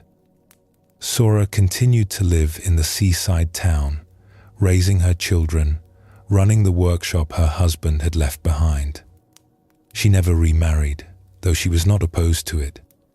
She simply found that she was content with her life as it was. The loss of her husband remained a sorrow she carried, but it was no longer a wound that needed to be healed. It was simply part of her story, part of the mystery she had learned to accept. When others came to her in their own times of loss and confusion, she did not offer explanations. She did not try to make their pain make sense. She simply sat with them, as the old woman had sat with her, letting them feel what they needed to feel without rushing toward understanding. Life does not owe us explanations, she would tell them. We want things to make sense because it makes us feel safe. But real safety does not come from understanding. It comes from being present with what is, even when what is breaks our hearts. This story shows us how life itself can become a teacher of the great doubt. Sora did not choose to question her beliefs. Her beliefs were shattered by circumstances beyond her control. But in the wreckage of her certainty, she found something more real than what she had lost. Zen teaches that our ideas about life are not the same as life itself. We build mental models of how things work, and these models can be useful, but they are always incomplete, always partial, always missing something essential. When life disrupts our models, we have a choice. We can try to rebuild them, patching the holes with new explanations, or we can let them go and meet life directly, without the buffer of our concepts. This is not easy. Our beliefs give us comfort. They make us feel that we understand, that we have some control, that the world is predictable and safe. When they fall away, we feel exposed and vulnerable. But this vulnerability is also an opening. It is a doorway into a more direct relationship with reality, one that does not depend on things making sense. The Buddha taught that suffering comes from clinging, and one of the things we cling to most tightly is our understanding. We want to know why things happen. We want life to follow rules we can learn and apply. When it refuses to cooperate, we suffer. But when we can release our grip on understanding, when we can allow things to be mysterious, something relaxes in us. We stop fighting against the unknown and start learning to live with it. Let us explore another story that reveals more of this teaching. In a region known for its fine silk, there lived a merchant named Bowen, who had spent his life building a trading business. He had started with nothing, working as a boy carrying bolts of fabric for other merchants. Through hard work and clever decisions, he had risen to become one of the most successful traders in the region. He owned warehouses full of silk. He employed dozens of workers. He was respected by all who knew him. Bowen believed in himself and his abilities. He had proven over and over that he could overcome any obstacle, solve any problem, turn any situation to his advantage. This confidence had served him well. It had given him the courage to take risks that others avoided, to persist when others gave up, to build something from nothing through sheer force of will. But in his 50th year, a series of misfortunes struck that even Bowen could not overcome. A fire destroyed his largest warehouse, taking most of his inventory with it. A ship carrying a valuable cargo sank in a storm. Several of his most trusted workers left to start their own competing business, taking key customers with them.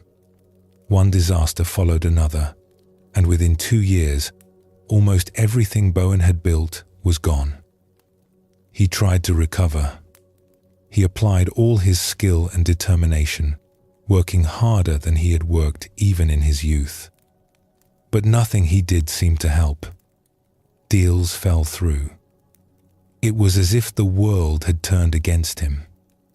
Bowen could not understand what was happening. He had always believed that success came to those who worked for it, that intelligence and effort would be rewarded. He had built his entire identity on this belief. Now that identity was crumbling along with his business. He found himself walking one day through the countryside outside the city, not knowing where he was going, just needing to move. He came to a small temple he had passed many times but never entered. On an impulse, he went inside. The temple was quiet and cool, lit by a few candles. An old monk was sweeping the floor with slow, deliberate movements. He looked up when Bowen entered and nodded a greeting. Bowen sat down on a bench, suddenly very tired. The monk finished his sweeping and came to sit nearby. "You look like a man who has lost something," the monk observed. Bowen laughed bitterly. "I have lost everything. My business, my wealth, my reputation. Everything I spent my life building. That is a great loss. I do not understand how it happened.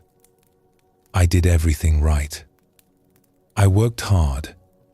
I made smart decisions. I should have succeeded. I always succeeded before." The monk was quiet for a moment.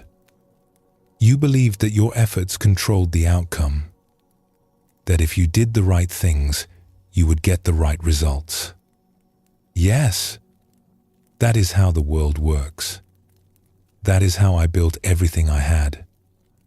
And now," Bowen spread his hands helplessly, "now I do not know. Nothing I do makes any difference. It is as if the rules I lived by no longer apply."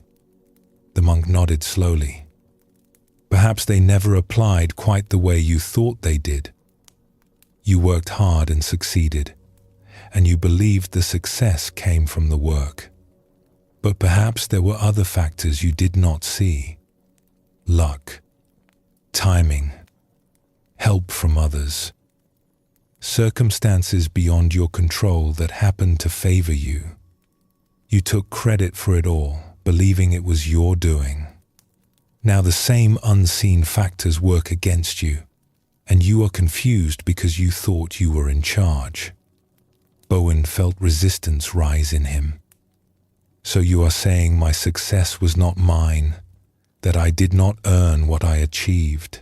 I am saying that it is more complicated than you believed. You worked hard, yes. That mattered. But it was not the only thing that mattered. Many people work hard and do not succeed. Many foolish people prosper through luck alone. The relationship between effort and outcome is not as simple as you thought. Then what is the point of trying? If success does not depend on effort, why work at all?" The monk smiled gently. "I did not say effort does not matter. I said it is not the only thing that matters. We do what we can, and then we must accept what comes. The mistake is believing that we control more than we do. When we succeed, we take all the credit. When we fail, we cannot understand why. Both responses come from the same illusion, the illusion that we are in charge." Bowen sat with this for a long time. The temple was quiet except for the sound of birds outside. The monk did not rush him or add more words. He simply waited. The candles flickered in a breeze that came from somewhere, casting moving shadows on the walls. Bowen watched them dance and thought about all the times he had felt in control of his life. Had he ever really been in control, or had he just been fortunate enough that circumstances aligned with his efforts? He remembered deals that had succeeded because a competitor fell ill at the right moment. He remembered storms that had delayed rival ships, allowing his goods to reach market first. At the time, he had barely noticed these factors. He had been too busy congratulating himself on his own cleverness. Finally, Bowen spoke. "If I am not in charge, what am I supposed to do? How am I supposed to live? You do your best, and you hold the results lightly. You make your plans, but you do not demand that they succeed. You work with what life gives you instead of insisting it give you what you want. This is not defeat. It is wisdom. It is learning to dance with life instead of trying to control it." I do not know how to do that, Bowen admitted. I have spent my whole life trying to control things. It is all I know. Then you have an opportunity to learn something new, the monk said gently. Your old way has been taken from you. That is painful, but it is also a kind of freedom. You no longer have to carry the weight of believing you control everything. You can set that burden down. It does not feel like freedom. It feels like failure. Give it time. What feels like failure now may come to feel like relief. The need to control is exhausting. You have been working hard your whole life, not just at your business, but at the impossible task of making life behave the way you wanted. Now you can finally rest from that effort. You can do what is in front of you without the weight of believing it all depends on you. In the months that followed, Bowen returned to the temple often. He did not become a monk, but he found something in those quiet visits that helped him through his difficulties. Slowly, he began to rebuild, but differently this time. He started smaller. He worked with fewer expectations. When things went well, he was grateful rather than proud. When things went poorly, he adjusted rather than raged. He never regained what he had lost. His new business was modest compared to his old empire, but he found something else, a kind of peace that had been missing even in his most successful years. He no longer carried the weight of believing he had to control everything.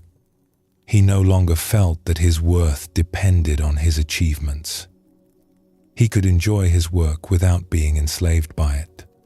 His workers noticed the change in him. The old Bowen had been demanding and driven, always pushing for more, never satisfied. The new Bowen was calmer, more patient. He praised good work and accepted setbacks without the anger that had once been his response to anything that went wrong. Some said he had grown soft. Others said he had finally grown up. His children, who had barely known him when he was building his empire, now had a father who was present. He ate meals with them. He listened to their concerns. He told them about his failures as honestly as he had once boasted of his successes. They learned from him that life did not always reward effort, that circumstances mattered as much as skill, and that a person's worth was not measured by their achievements alone. I used to think I knew how the world worked, he told the old monk one day. I had it all figured out. Success came from effort. Results came from skill. I was the master of my fate. And now I know that I know very little. The world is more mysterious than I imagined. Things happen for reasons I cannot see. I do my best, and then I let go. It is a strange way to live, after so many years of trying to control everything. But it is also a relief. The monk nodded. The great doubt has humbled you. It has shown you the limits of your understanding. This is not a loss, though it may feel like one. It is the beginning of a wiser way to live. Both Sora and Bowen had their certainties stripped away by circumstances they did not choose, and both found, in the wreckage of what they had believed, a more honest relationship with life. Their stories remind us that the great doubt is not always something we seek. Sometimes it finds us, breaking through our defenses, whether we are ready or not. Zen does not promise that life will be easy or that understanding will make it so. What it offers instead is a way of meeting difficulty that does not depend on things making sense. When we can sit with what we do not understand, when we can accept mystery instead of demanding explanations, We find a ground that cannot be shaken because it does not require certainty in the first place. Take a breath now and let your body soften. Whatever you think you know or do not know, this moment is simply here, asking nothing of you.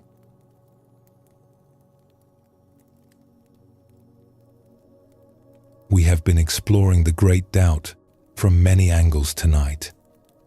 We have seen how certainty can become a prison, how questions can open doors that answers never could, how the courage to not know brings us closer to what is real. We have witnessed what happens when life itself shakes our foundations and invites us into deeper inquiry. Now we come to something even more simple and profound. What if the question itself is the path? What if the seeking is not a means to an end, but the very thing we are looking for? We usually think of questions as problems to be solved. We ask because we want to know. We seek because we want to find. The question is uncomfortable, and the answer brings relief. This is how we learn to relate to not knowing from our earliest years. Not knowing is a problem. Knowing is the solution. But Zen points to another possibility. Some questions are not meant to be answered. They are meant to be lived. When we stop trying to solve them and start letting them guide us, something shifts. The question becomes a companion rather than an obstacle. The seeking becomes a way of being rather than a task to complete. This is the deeper teaching of the great doubt. It is not about finding the right answers.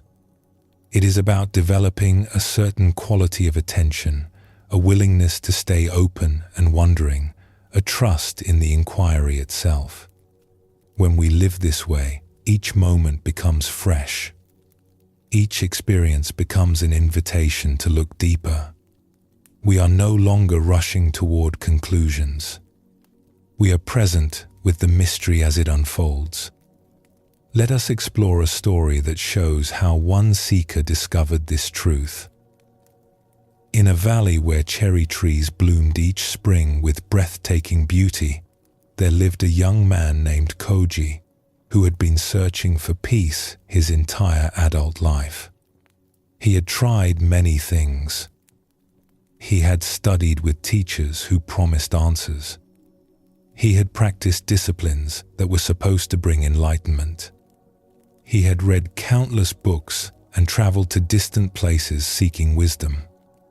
But peace remained just out of reach, like a butterfly that flew away each time he tried to grasp it. Koji was not lazy or insincere. He worked hard at his seeking. He followed instructions carefully. He gave himself fully to each path he tried. But sooner or later, each path disappointed him. The answers he found did not satisfy. The practices he mastered did not bring the peace they promised. Something was always missing. By the time he was 35, Koji was exhausted and discouraged. He had spent half his life seeking and had nothing to show for it. He began to wonder if peace was even possible, or if it was just a dream that some people chased forever without ever catching. One autumn, he heard about an old teacher named Master Ling, who lived alone in the mountains. People said she was different from other teachers. She did not promise answers or teach techniques. People who visited her often came back changed, though they could rarely explain how or why. Koji decided to make one last attempt.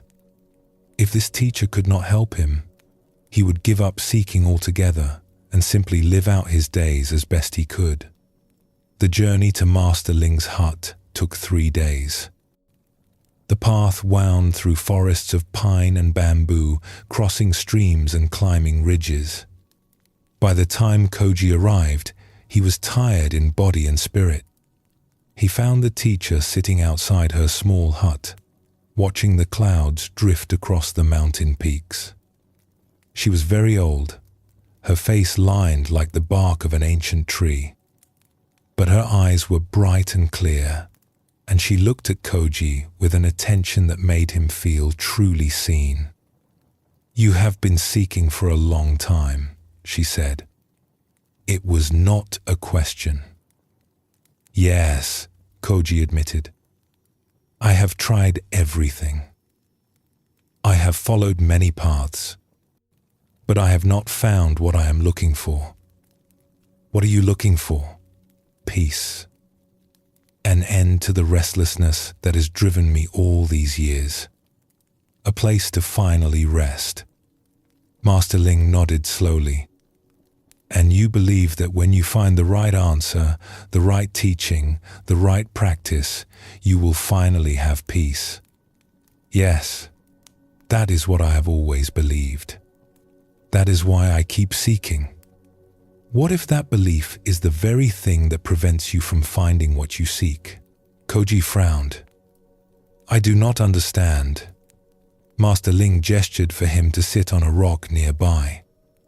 "You have been treating your seeking as a problem to be solved. You are looking for the answer that will end the seeking. But what if seeking is not a problem? What if the seeking itself is the path? But I am tired of seeking. I want to arrive somewhere. I want to stop." "I understand, but consider this. Every time you thought you had arrived, you discovered you had not. Every answer you found eventually revealed itself as incomplete. Every destination turned out to be another starting point. Perhaps this is not failure. Perhaps this is how it is meant to be."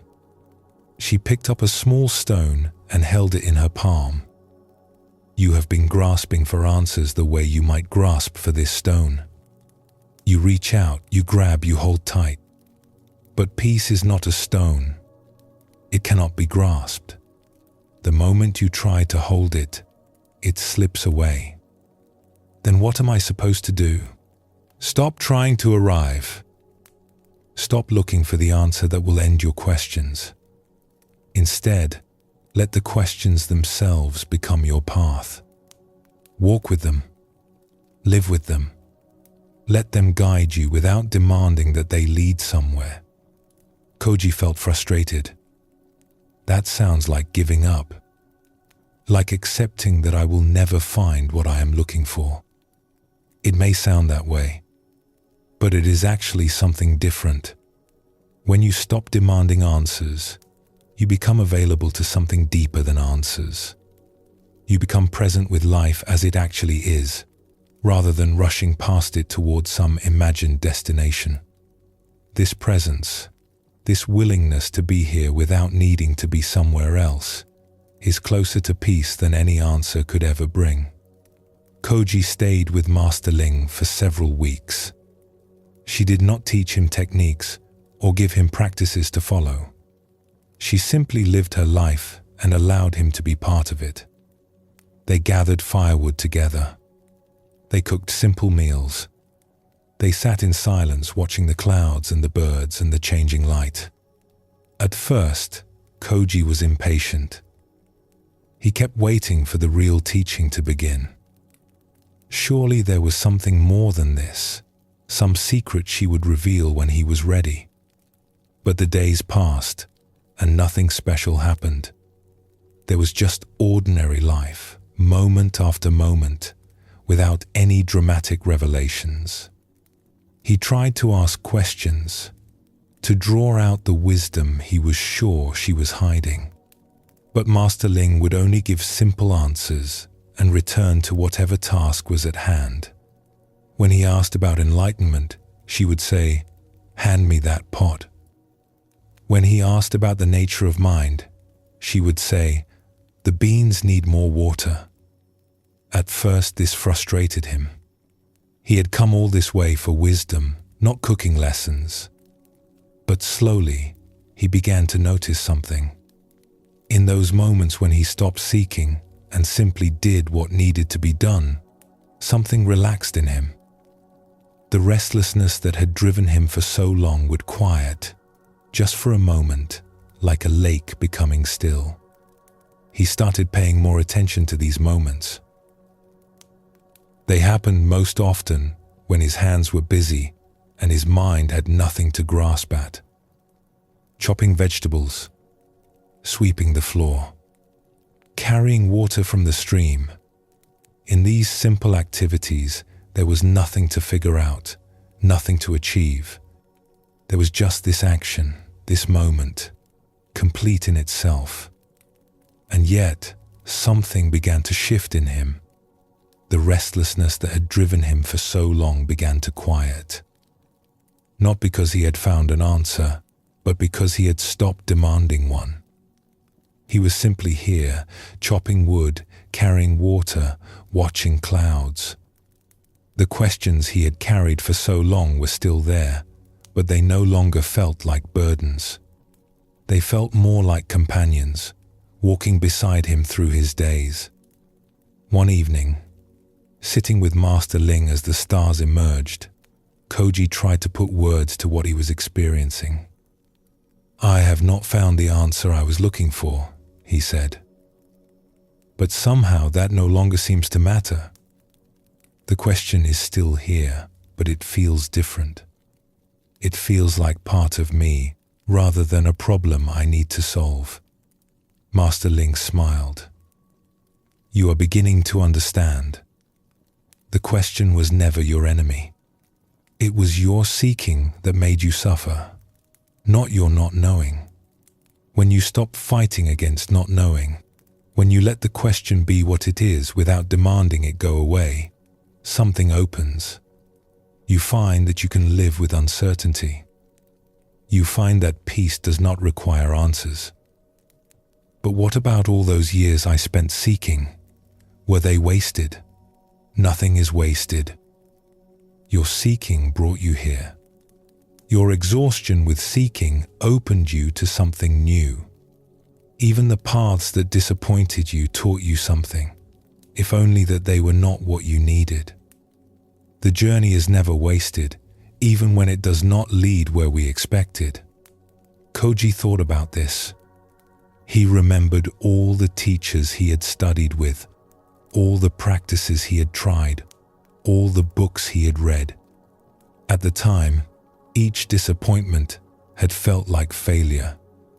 But now he could see that each one had been necessary. Each one had stripped away something false, had shown him what peace was not, had prepared him for this moment of finally letting go. "So the seeking was the path all along," he said slowly. "I thought I was trying to get somewhere. But the trying itself was where I needed to be. Yes, but you could not see that while you were demanding a destination.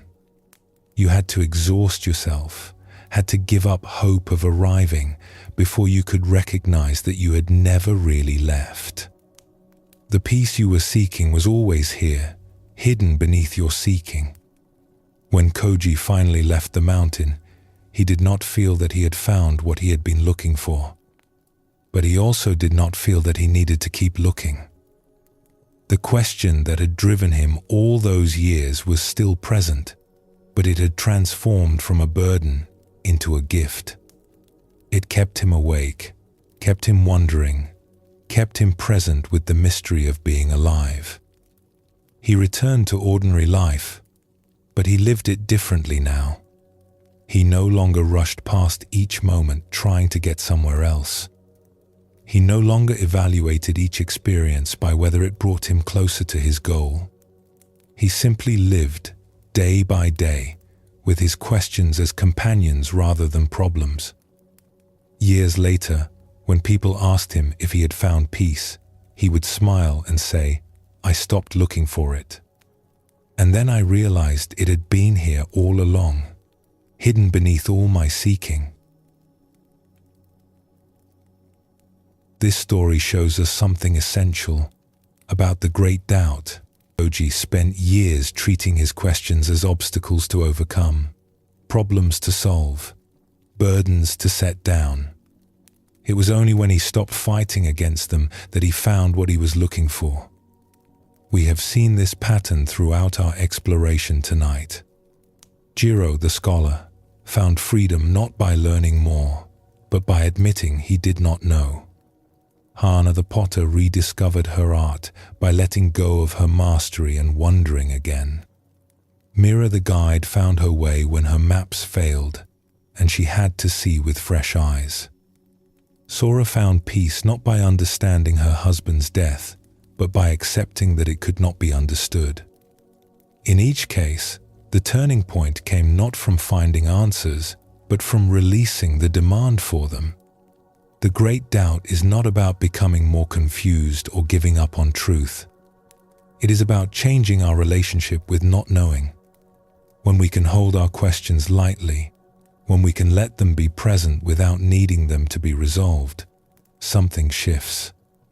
We stop struggling against uncertainty and start living with it. We discover that the ground we were seeking was never far away. It was just hidden beneath our frantic searching. Zen teaches that the path and the goal are not separate. We think we must walk the path in order to reach the goal, as if they were two different things. But the walking itself is what we are looking for. The questioning itself is the answer. When we understand this, we can finally relax. We are not trying to get somewhere else.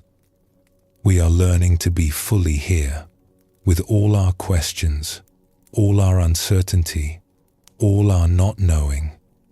This is the peace that does not depend on anything being different than it is. Let us explore another story that reveals more of this teaching. In a town famous for its gardens, there lived a gardener named Emmy, who had tended the same plot of land for 50 years. She had begun as a young woman, learning from her grandmother how to coax beauty from soil and seed. Over the decades, she had created something remarkable, a garden that drew visitors from distant places who wanted to see what she had grown. But Emmy's garden was never finished. This was what made it different from other famous gardens, which were designed and completed and then maintained in their perfect state. Emmy's garden was always changing, always becoming, never arriving at a final form. Each season, she would tear out something that had been there for years and plant something new. Paths that had wound one direction would shift to wind another. Trees that had anchored certain views would be removed to reveal different ones. Visitors who returned after several years often could not recognize where they were. So much had changed. Some people criticized this. They said a true gardener would create a masterpiece and then preserve it. They said all this change showed a lack of vision, an inability to commit to a design. But Emmy only smiled at these criticisms. She had long ago stopped caring what others thought of her methods. A young gardener named Shin came to study with her one spring. He had trained in the traditional way, learning to create perfect compositions that would stand unchanged for generations. He admired Emmy's skill but was troubled by her approach. "Teacher," he said one day as they worked together transplanting seedlings, "why do you keep changing everything? Last year you had a beautiful arrangement of stones by the eastern pond. Now they are gone. Did you not like them anymore?" Emmy patted soil around a young plant before answering. "I liked them very much. That is not why I moved them." "Then why?" "Because the garden was becoming fixed. It was starting to feel like a finished thing rather than a living thing. When I looked at those stones, I no longer really saw them. They had become familiar, expected. By moving them, I could see the space fresh again." Shin frowned. "But is the goal not to create something perfect?" Something that does not need to change? Emmy sat back on her heels and looked at the young man. That is what I was taught too when I was your age. I spent many years trying to create the perfect garden, the arrangement that would be complete and final. But I always failed. No matter what I did, I would look at it and see something that could be different, something that was not quite right. So you gave up on perfection? No. I discovered that perfection is not a destination. It is not a place you arrive and then stop. Perfection is in the seeking itself, in the constant attention, the endless willingness to see and respond. The garden is most alive when it is changing. When it becomes fixed, something dies in it, even if it looks beautiful to visitors who do not know any better. She stood and brushed dirt from her knees. Come, I will show you something. She led him to a corner of the garden that was wild and unplanned, a tangle of plants that seemed to have grown without any guidance. Shin had noticed this area before and assumed it was a section Emmy had neglected or not yet gotten to. This is my favorite part of the garden, Emmy said. Shin looked at the chaos of leaves and flowers and vines. But it has no design. It is just random growth. Yes, and it is the most alive corner of the entire garden. I do not plan it. I do not shape it. I simply let it grow and watch what happens. It teaches me more than all my careful arrangements. What does it teach you? Emmy was quiet for a moment, watching a bee move from flower to flower. It teaches me that life does not need my control to be beautiful. It teaches me that there is wisdom in things I did not plan. It teaches me to stay humble, to keep questioning, to never assume I know best. She turned to face Shin directly. You want to create the perfect garden. That desire will drive you to do excellent work. But if you cling to it too tightly, it will also make you suffer. You will never be satisfied. You will always see flaws. The goal will always be just out of reach. What is the alternative? Fall in love with the gardening itself, not the garden. Let the process be the point. When you are planting, just plant. When you are pruning, just prune. When you are standing back looking at what you have done, really look with fresh eyes, as if you had never seen it before. The garden will never be perfect, but the gardening can be complete in each moment, if you give yourself fully to it. Shin stayed with Emmy for 3 years. He learned techniques and principles, but more importantly, he learned a way of being with his work. He stopped trying to arrive at a final result and started attending to each moment of the process. He stopped judging his garden against an imaginary ideal and started really seeing what was actually there. There were difficult moments in this learning. Shin would create something beautiful, something he was proud of, and Emmy would suggest changing it. At first he resisted. Why tear down what was working? Why disturb what was good? But Emmy was patient and persistent. Your attachment to what you have made is blinding you, she told him once. You cannot see this corner of the garden anymore because you have decided it is finished. But nothing is ever finished. When you believe it is, you stop seeing. You stop wondering. You stop being a gardener and become a guard, protecting what is, rather than discovering what could be. Slowly, Shin began to understand. He practiced letting go of his creations, not because they were bad, but because the letting go itself was part of the practice. Each time he released something he had made, he felt a brief pain followed by a surprising freedom. His eyes would open to possibilities he had not seen before.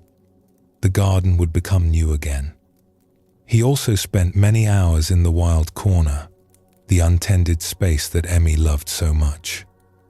At first he only observed, watching how the plants competed and cooperated, how some thrived and others faded, how the whole system found its own balance without any guidance from him. But gradually, he began to feel something deeper, a kind of trust in the process of life itself, a willingness to let things unfold without needing to control them. When he finally left to create his own garden, Emmy gave him a single seed as a parting gift. "Plant this," she said, "and watch it grow. Do not plan what you want it to become. Let it show you. Let it teach you. And when it is fully grown, consider removing it and planting something else. The garden is not the point. The gardening is the point. Never forget that." Years later, Shin's garden became famous in its own right. Visitors noticed something unusual about it. Like Emmy's, it was always changing, always becoming, never fixed in a final form. And like Emmy's, it had a wild corner where nature was allowed to do as it pleased. When people asked Shin about his approach, he would tell them about his teacher and the seed she had given him. "She taught me that the question is the path," he would say. "I am always asking what this garden wants to become. I will never have a final answer. And that is exactly as it should be." Both Koji and Emmy discovered the same truth from different directions. Koji learned that his spiritual seeking was not a problem to be solved, but a way of being to embrace. Emmy learned that her gardening was not a means to an end, but an end in itself.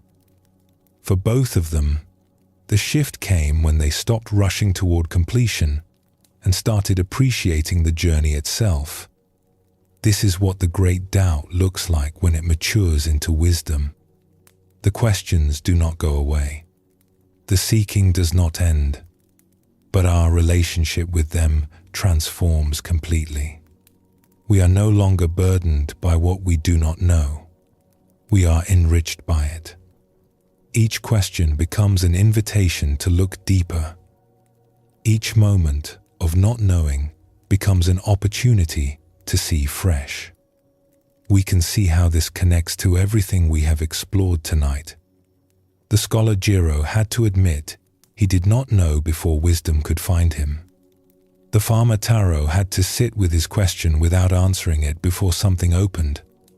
When we stop treating our not knowing as a problem, it becomes a doorway. When we stop fighting against uncertainty, it becomes a companion. The Buddha taught that clinging causes suffering, and this includes clinging to goals and destinations. When we demand that our journey take us somewhere, when we measure each step by how much closer it brings us to arrival, we miss the step itself. But when we can release this demand, when we can let each moment be complete in itself, we discover a peace that does not depend on getting anywhere at all. This is perhaps the deepest teaching of the Great Doubt. Not that we should doubt everything and trust nothing, but that we should hold our questions with love rather than frustration. Our not knowing is not a failure. It is what keeps us alive, curious, open to what each moment might bring. The question is not an obstacle on the path. The question is the path itself. Take a slow breath and feel yourself here, present in this moment. The questions can rest beside you like old friends, asking nothing, offering their quiet company.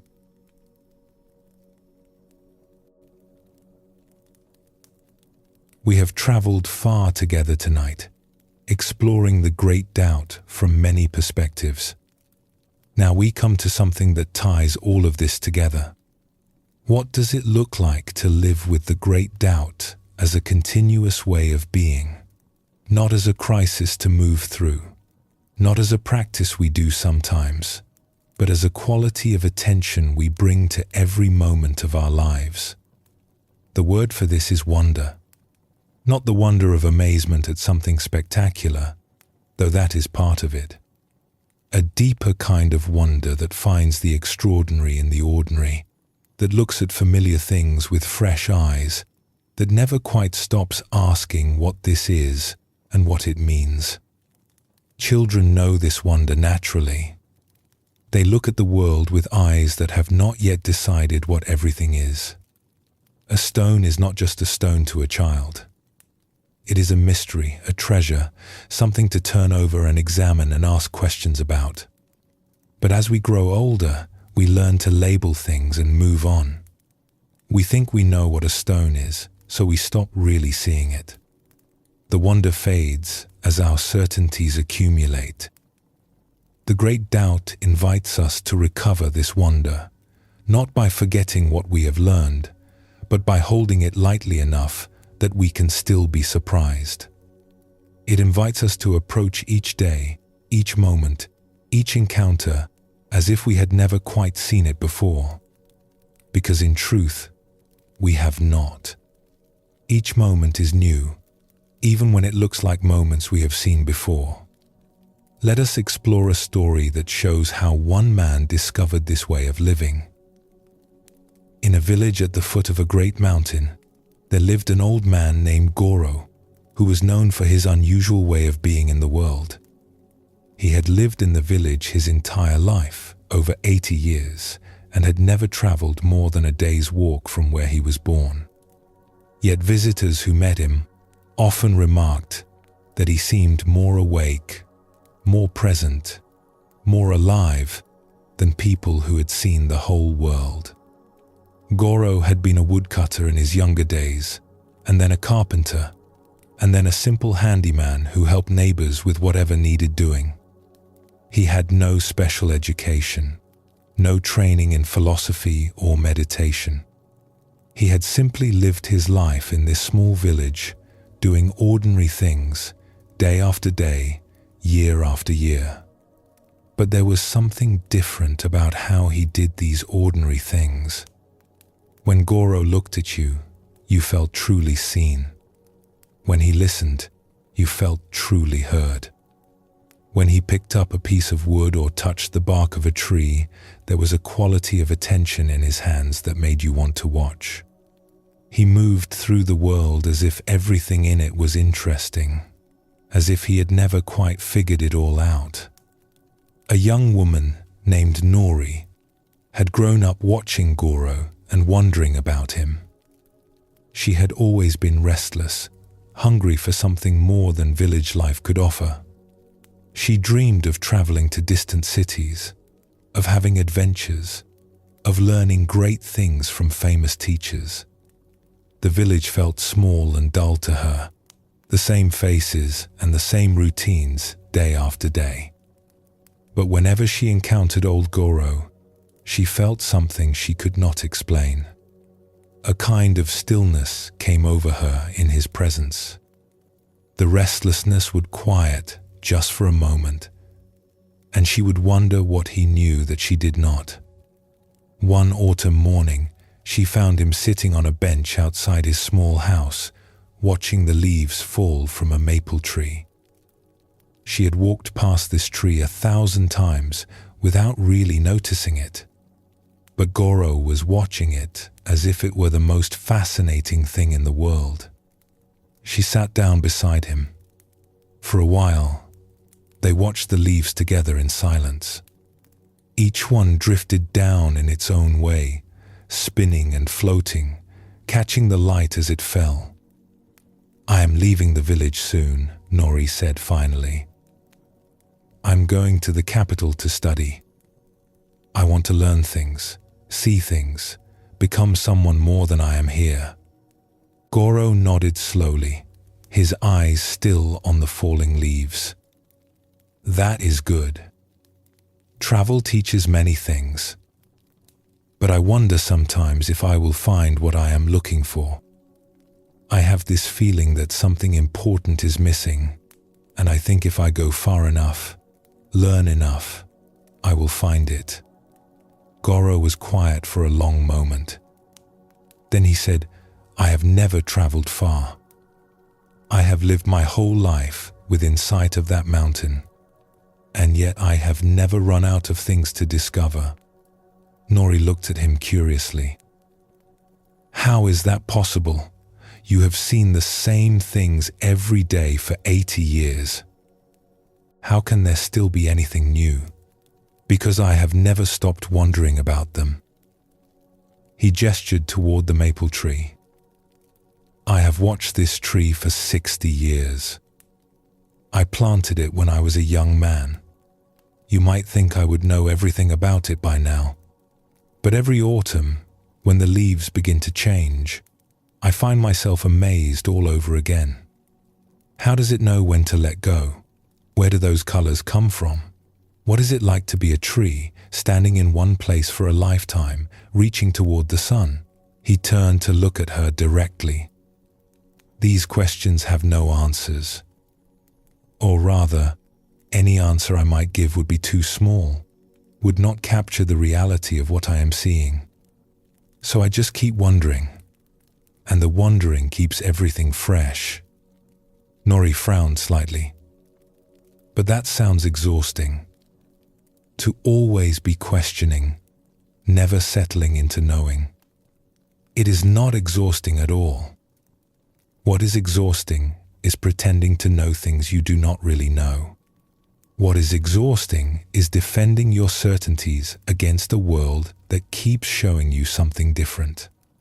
When you stop pretending to know, when you let yourself wonder, something relaxes. You do not have to figure everything out. You can just be here, curious, open, alive. He picked up a fallen leaf and held it gently in his weathered hands. This leaf, I could tell you many things about it. I could name its parts, explain how it grows, describe the process by which it changes color and falls. That knowledge is not wrong, but it is not the whole truth either. The whole truth is bigger than any explanation. When I hold this leaf and really look at it, I touch something my words cannot capture. That is what keeps me wondering after all these years. Nori took the leaf from his hands and looked at it. It was beautiful, she realized, in a way she had never noticed before. The colors were not just red and orange, but 100 subtle shades blending into each other. The veins formed patterns that were almost like rivers seen from a great height. There was a whole world in this single leaf that she had been walking past her entire life. I see what you mean, she said softly. I have looked at leaves 1,000 times without ever really seeing them. That is how it is for most people, Goro said gently. We learn the names of things and think we know them. We put them in categories and move on. But the names are not the things. The categories are not the reality. When we can set aside what we think we know and look with fresh eyes, everything becomes new again. How do you do it? Nori asked. How do you keep wondering after so many years? I would think the newness would wear off eventually. Goro considered the question. It is not something I do, exactly. It is more like something I stop doing. Most people are constantly telling themselves what things are. They see a tree and immediately their mind says tree and moves on. They see a person and their mind says neighbor or stranger and moves on. This labeling happens so fast, so automatically, that we do not notice we are doing it. But every time we label something, we stop seeing it. We see only our idea of it. He paused, watching another leaf drift down from the maple. When I was younger, I did this too. I rushed through my days, putting everything in boxes, thinking I understood what I was seeing. But then something happened. I was working one day, cutting a piece of wood, and I suddenly really saw the grain of the wood.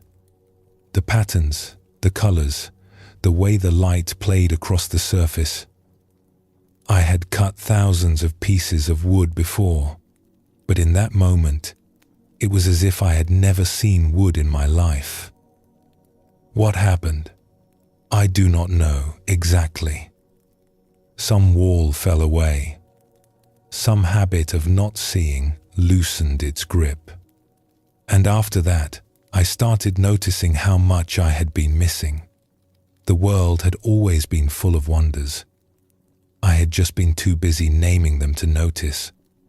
Nori did leave for the capital, as she had planned. She studied with teachers and read books and saw many things she had never seen before.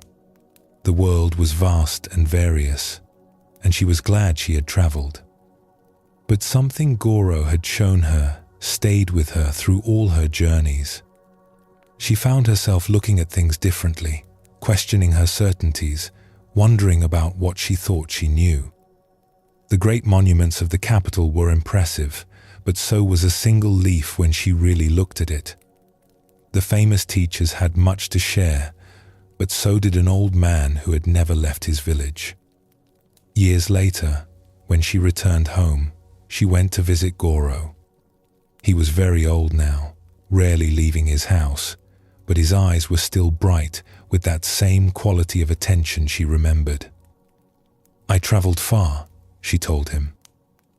"I learned many things, but the most important thing I learned was something you showed me before I left."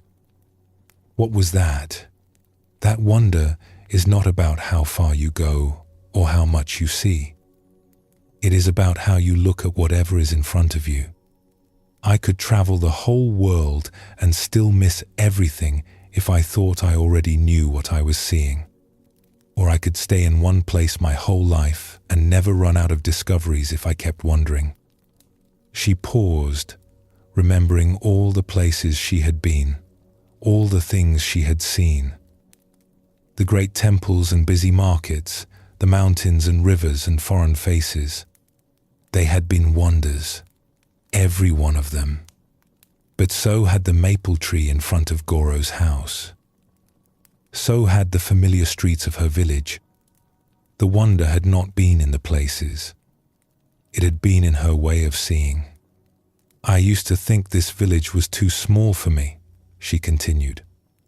"I thought I needed to go somewhere bigger, somewhere more exciting. But now I see that no place is small if you really look at it. And no place is big enough if you are not really looking." Goro smiled, that gentle smile she remembered from childhood. "You have learned well. The world is infinite, not because it is large, but because it cannot be exhausted by our understanding. Every leaf, every stone, every face contains more than we can ever fully know. When we remember this, we can never be bored. We can never run out of things to discover. The wonder never ends." This story shows us what it looks like to live with the great doubt as a way of being. Goro had not achieved anything special. He had not attained enlightenment or gained secret knowledge. He had simply never stopped wondering about the world around him. His questions kept everything fresh, even after 80 years of seeing the same village, the same mountain, the same trees.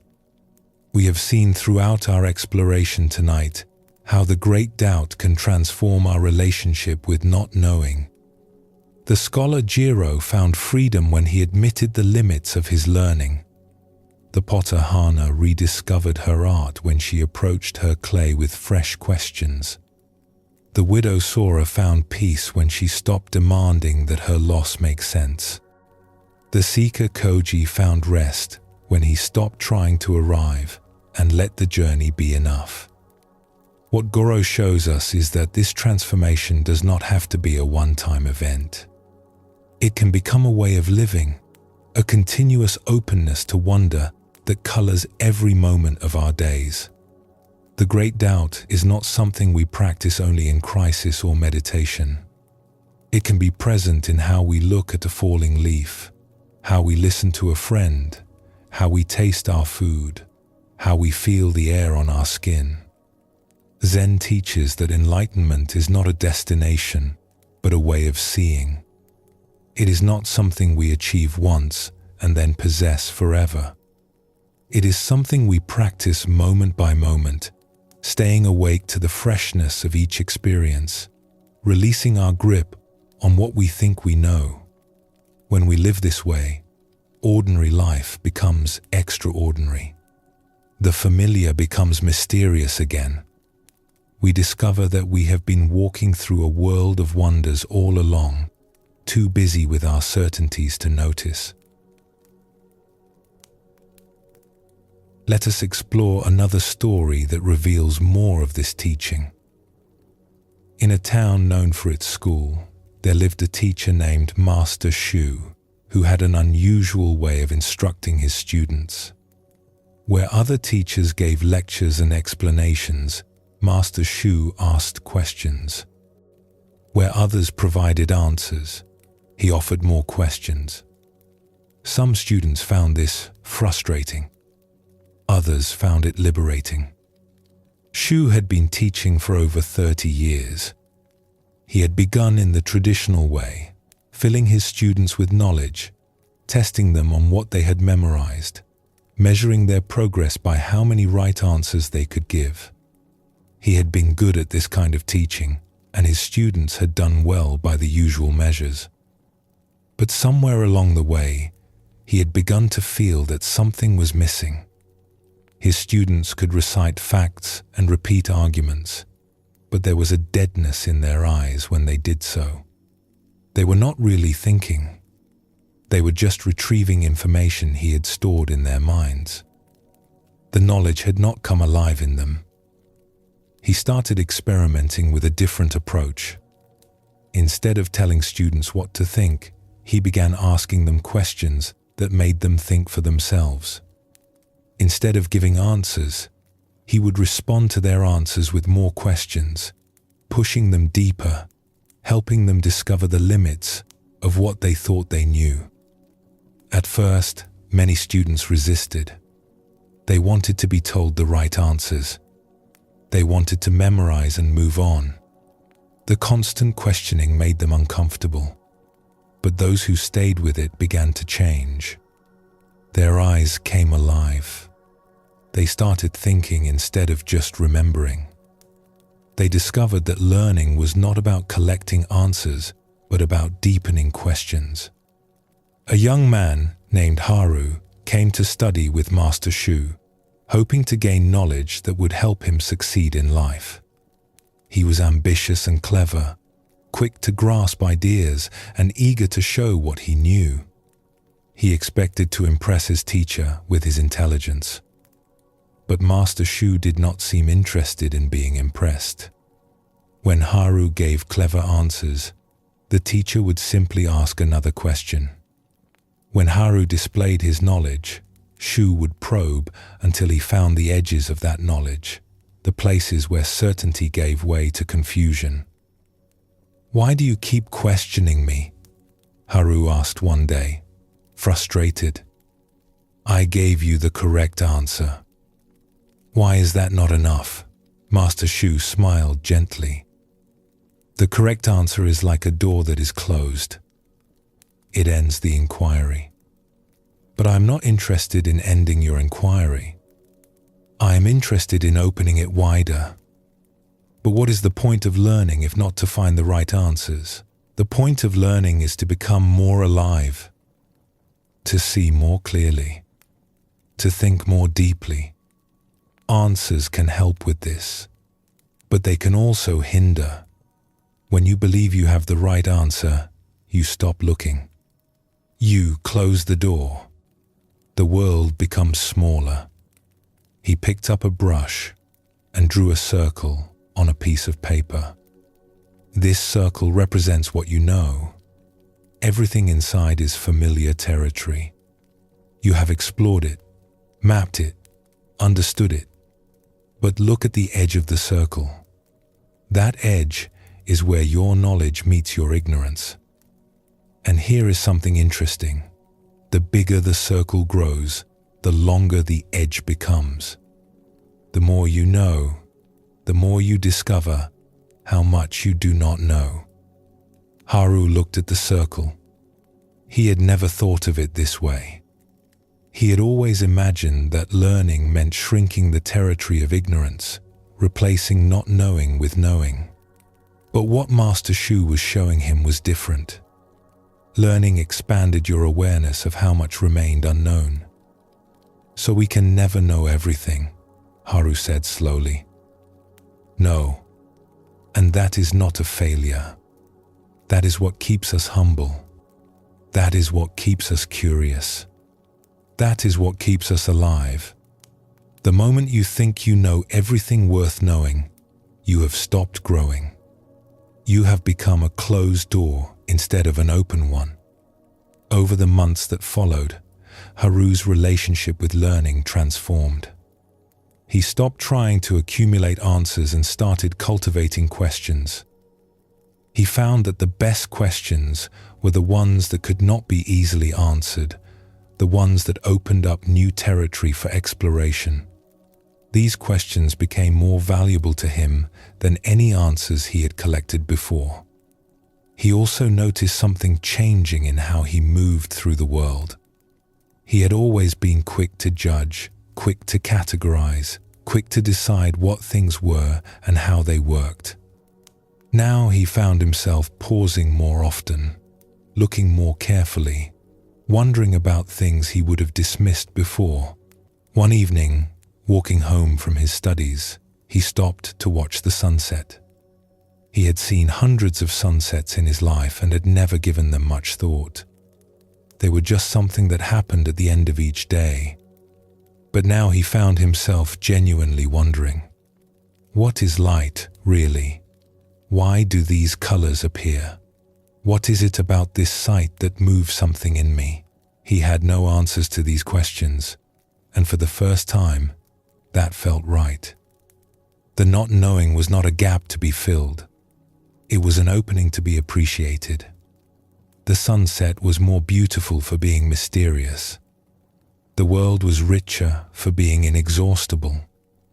He stood there until the last colors faded from the sky, something he had never done before. He had always been too busy, too focused on getting somewhere, to simply stand and wonder. Now he realized how much he had missed by always moving, always doing, always knowing. The next day, he told Master Shu about the experience.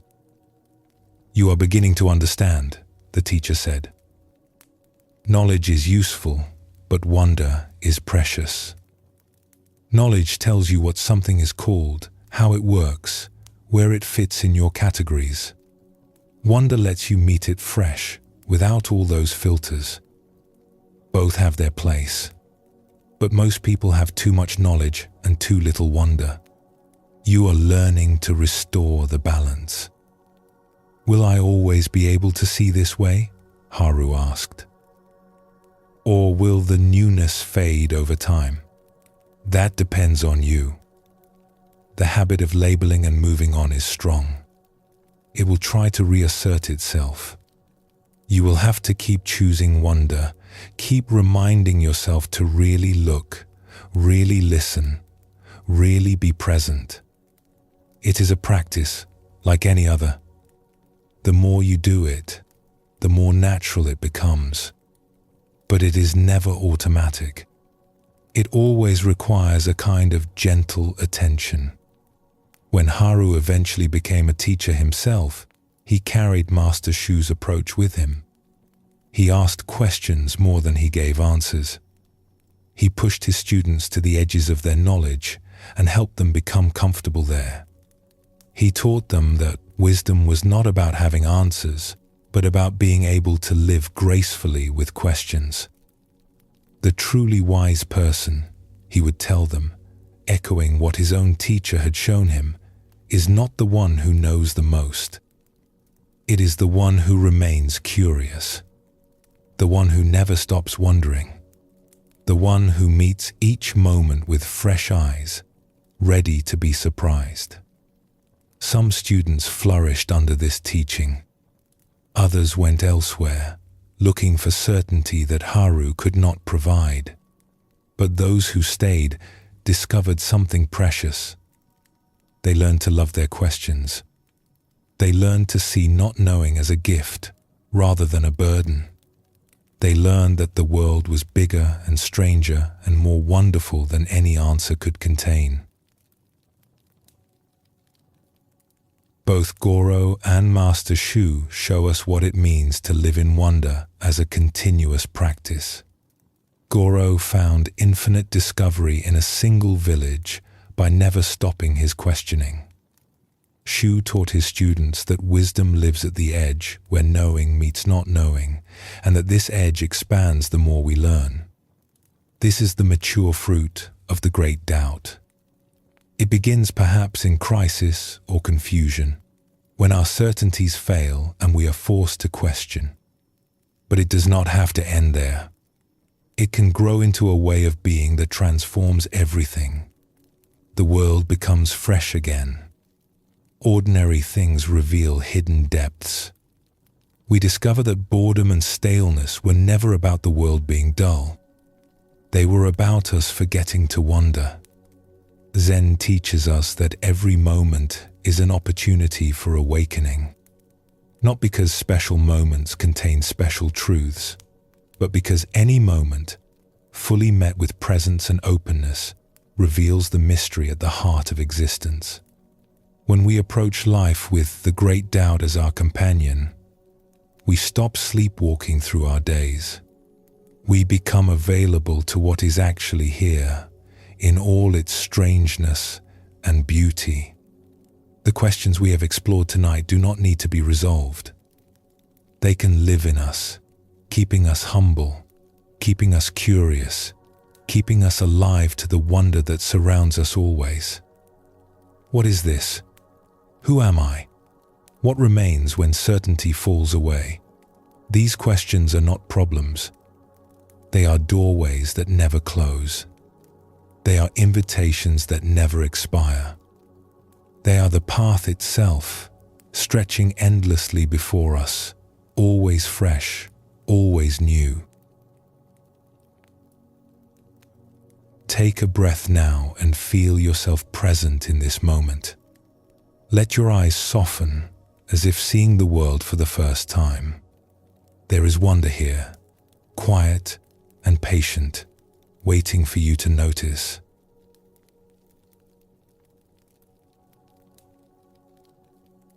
We have journeyed together through many facets of the great doubt tonight. Now we come to the final teaching of the evening, the place where all of this leads. After all the questioning, after all the wondering, after all the releasing of certainty, what remains? Where does the great doubt finally bring us to rest? The answer is beautifully simple. It brings us here, to this moment, to this breath, to the quiet presence that exists before all our questions and remains after they have done their work. The great doubt is not meant to leave us spinning forever in uncertainty. It is not a permanent state of confusion or anxiety. It is more like a fire that burns away what is false, leaving only what is real. And what is real, when we finally stop grasping for answers, is simply this: being here, being present, being at peace with not knowing, because we have discovered that peace was never about knowing in the first place. Zen masters sometimes speak of returning to ordinary mind after the great questioning has done its work. The seeker goes out into the wilderness of doubt, questions everything, loses all footing, and then, somehow, finds themselves back home, doing ordinary things, but seeing them with new eyes. The journey was necessary, but the destination was always right here. Tonight, as we prepare for rest, we can let the questions settle. They do not need to be resolved. They can simply be present, like old friends who have traveled far with us and now sit quietly by the fire. The not knowing that once felt like a problem can become a soft blanket, a permission to stop struggling, a doorway into peace. Let us explore a story that shows how one seeker found this rest. In a land of high plateaus and wide skies, there lived a woman named Kaya, who had spent most of her life searching. As a young woman, she had felt a longing she could not name, a sense that something important was missing from her life. She had tried to fill this longing in many ways. She had pursued success in her work. She had sought love and built a family. She had accumulated knowledge and experiences. But the longing remained, quiet and persistent, underneath everything she did. In her middle years, she began to search more deliberately. She studied with teachers who spoke of enlightenment and liberation. She practiced meditation and contemplation. She read the words of sages from many traditions. She asked the deep questions that the great doubt brings. Who am I? What is real? What remains when everything I cling to falls away? These questions opened her. They stripped away layers of assumption and habit. They showed her how much of her life had been built on foundations she had never examined. She saw how she had defined herself by her roles and achievements, and how those definitions had limited her. She saw how she had chased after happiness in things that could never truly satisfy. She saw how much fear and grasping had been running beneath the surface of her days. The searching was painful at times, disorienting, like walking through fog without a map. There were moments when she wanted to turn back, to return to the comfortable certainties she had left behind. But something in her knew that those certainties had been false, and she could not pretend to believe in them anymore. So she kept going, because she sensed that something true lay on the other side. Years passed. Kaya grew older. Her hair turned grey and her face lined with the marks of time. She was no longer the eager seeker she had been. The fire of her questioning had burned long and hot, consuming much of what she thought she knew. But she had not found the final answer she had been looking for. There had been glimpses, moments of clarity, experiences that hinted at something vast and free, but nothing permanent, nothing she could hold on to. She began to wonder if she had been wrong all along. Perhaps there was no final answer.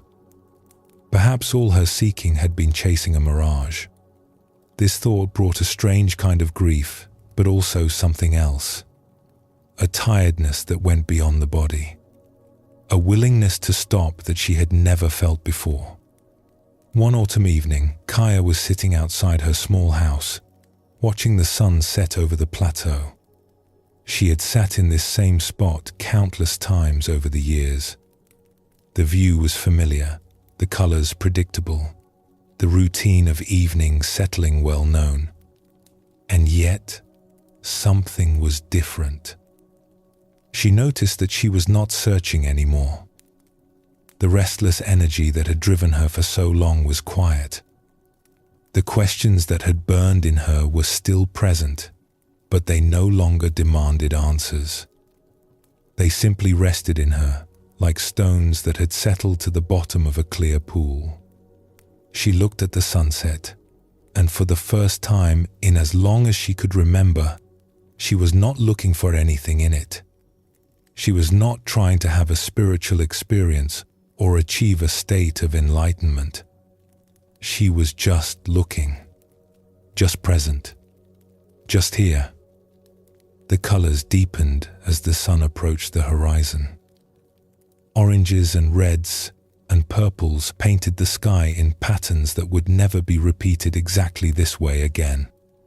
Kaya watched without commentary, without interpretation, without needing the moment to be anything other than what it was. And in that simplicity, something she had been seeking for decades quietly arrived. It was not dramatic. There were no fireworks or visions or overwhelming emotions. There was just this: the sky, the colors, the cool air on her skin, the sound of birds settling for the night, her own breath, rising and falling, a completeness that needed nothing added. She realized, with a gentle surprise, that this was what she had been looking for all along. Not a special state, not a final answer, not enlightenment as she had imagined it. Just this ordinary moment, fully met, without the veil of seeking hanging between her and what was here. The questions had not been answered.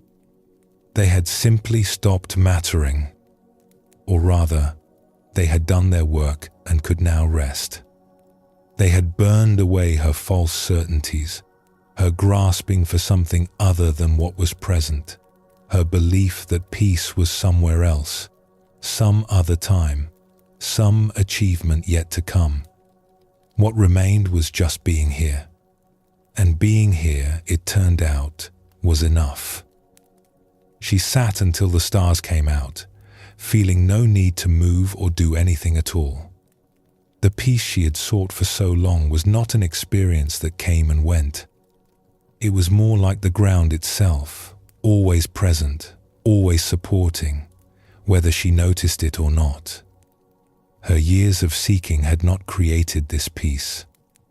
They had simply worn away the barriers that had kept her from seeing it.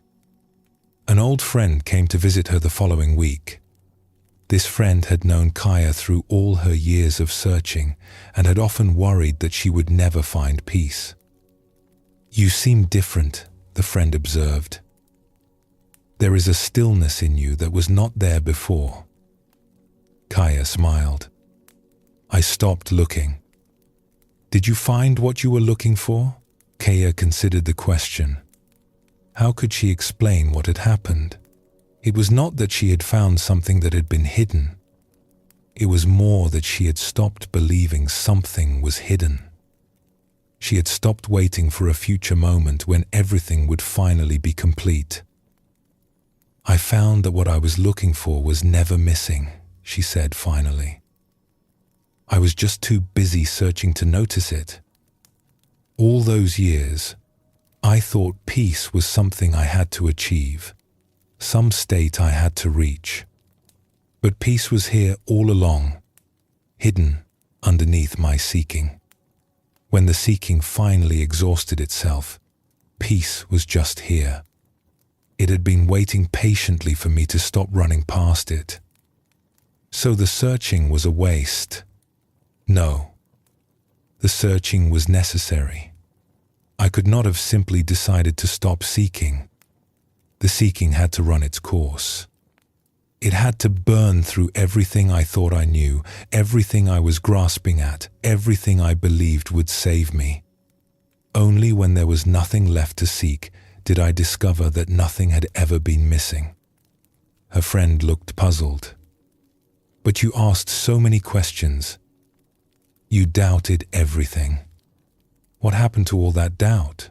Kaya looked out at the plateau, at the familiar landscape she had seen every day for years. "The doubt is still here. I still do not know who I am, not really. I still cannot explain what this life is or why anything exists. The questions remain, but they do not trouble me anymore. They have become companions rather than tormentors. I can rest with them now, without needing them to be answered. She paused, searching for words to express something that was difficult to capture. It is like the difference between a question that demands an answer and a question that simply opens you. For years, my questions demanded answers. They were urgent, driven, restless. Now they just open me. They keep me humble, curious, present. They remind me that I do not know, and that not knowing is not a problem. Not knowing is actually a kind of freedom. In the years that followed, people sometimes came to Kaya hoping she could teach them what she had found. She always felt a little uncomfortable with this because she did not feel she had anything special to teach. She had simply worn herself out with seeking until only presence remained. That was not a technique or a path. It was more like what happens when you stop running and finally let yourself rest. But she would sit with these visitors, and sometimes her presence alone seemed to help them. They would arrive full of questions and seeking, and something in her stillness would quiet them. Not because she gave them answers, but because she showed them what it looked like to be at peace with not having answers. The great doubt is a gift, she would tell them. It takes everything away that you do not really need. It burns through your false certainties and leaves only what is true. What is true is very simple. It is just this moment, this breath, this presence that does not need to know anything in order to be at peace. When you stop demanding answers, you discover that the questions themselves are a kind of grace. They keep you open. They keep you humble. They bring you back, again and again, to the only place where peace actually lives, which is right here, right now. This story shows us where the great doubt finally leads. Kaya spent decades seeking, questioning, doubting, and in the end, she found herself right where she had always been, but seeing it with completely different eyes. The questions had not been answered. They had simply been transformed from burdens into blessings. Throughout our exploration tonight, we have seen this pattern again and again. The scholar Jiro found wisdom when he admitted he did not know. The potter Hana found her art alive again when she released her mastery and wondered. The guide Mira found her way when her maps failed, and she had to see fresh. The widow Sora found peace when she stopped demanding that her loss make sense. The merchant Bowen found freedom when he released his need to control. The seeker Koji found rest when he let the journey be the destination. The gardener Emmy found her garden most alive when she kept it always changing. The old man Goro found infinite discovery in a single village by never stopping his wandering. Each of them discovered the same truth from a different angle. Not knowing is not a problem to be solved. It is a doorway to be entered. When we can rest in not knowing, when we can hold our questions lightly, when we can stop demanding that life makes sense before we will be at peace, something opens. We find ourselves at home in the mystery. We discover that we were always at home. We just could not see it through all our seeking. This is the deepest teaching of the great doubt. It is not about finding answers. It is about transforming our relationship with questions. It is not about achieving certainty. It is about discovering that peace does not require certainty. We can rest without knowing. We can be at ease with mystery. We can let the questions live in us as companions rather than tormentors, as openings rather than problems. Let us explore one final story that shows this truth. In a monastery where monks had practiced for many generations, there lived an old teacher named Master Wen. who was known for saying very little. Other teachers gave long lectures and detailed instructions. Master Wen mostly sat in silence. When students asked him questions, he would often just smile or nod or shake his head. Words, when they came from him, were rare and precious. A young monk named Taro had been at the monastery for several years. He had studied with the other teachers and learned many things. He could recite texts and explain doctrines and discuss the finer points of philosophy. But he had never been able to get anything from Master Wen. The old teacher's silence frustrated him. One evening, Taro found Master Wen sitting alone in the garden, watching the moon rise. He sat down nearby, determined to finally get some teaching from this mysterious old man. "Master, I have studied here for years. I have learned much from the other teachers, but I have never understood what you are trying to teach. You say nothing. You give no instructions. What is your teaching?" Master Wen did not answer immediately. He continued watching the moon, which was nearly full and very bright. The garden was silver with its light. Finally he spoke. "What are you seeking?" Taro had prepared for this. "I am seeking understanding. I want to know the truth about life, about myself, about the nature of reality." "And have you found it?" Taro hesitated. "I have found pieces. I have had insights, but there is always more. The final understanding still eludes me." Master Wen nodded slowly. "And you believe that when you find this final understanding, you will be at peace?" "Yes, that is what I believe." The old teacher turned to look at Taro directly. His eyes were calm and deep, reflecting the moonlight. "What if there is no final understanding? What if the peace you are seeking does not come from understanding at all?" Taro felt confused. "Then what is the point of all this study? Why do we spend years learning and practicing?" "The study and practice are useful. They clear away certain confusions. They prepare the ground. But they cannot give you what you are really seeking. No teaching can give it to you. No understanding can capture it." "Then what can?" Master Wen smiled gently. "Nothing. That is the secret. Nothing gives it to you because it is not something that can be given or achieved or understood. It is simply what is here when you stop seeking. It is what remains when all your questions have exhausted themselves. It is this moment, just as it is, without needing anything added." He gestured at the garden around them, the moonlit stones and trees, the soft sounds of night. "This, right now, this is what you have been looking for. But as long as you keep seeking for something else, you cannot see it. As long as you believe peace is somewhere other than here, something other than this, you will miss it." Taro looked around at the garden. He had sat in this garden many times, but always his mind had been elsewhere, thinking about teachings, planning his practice, seeking understanding.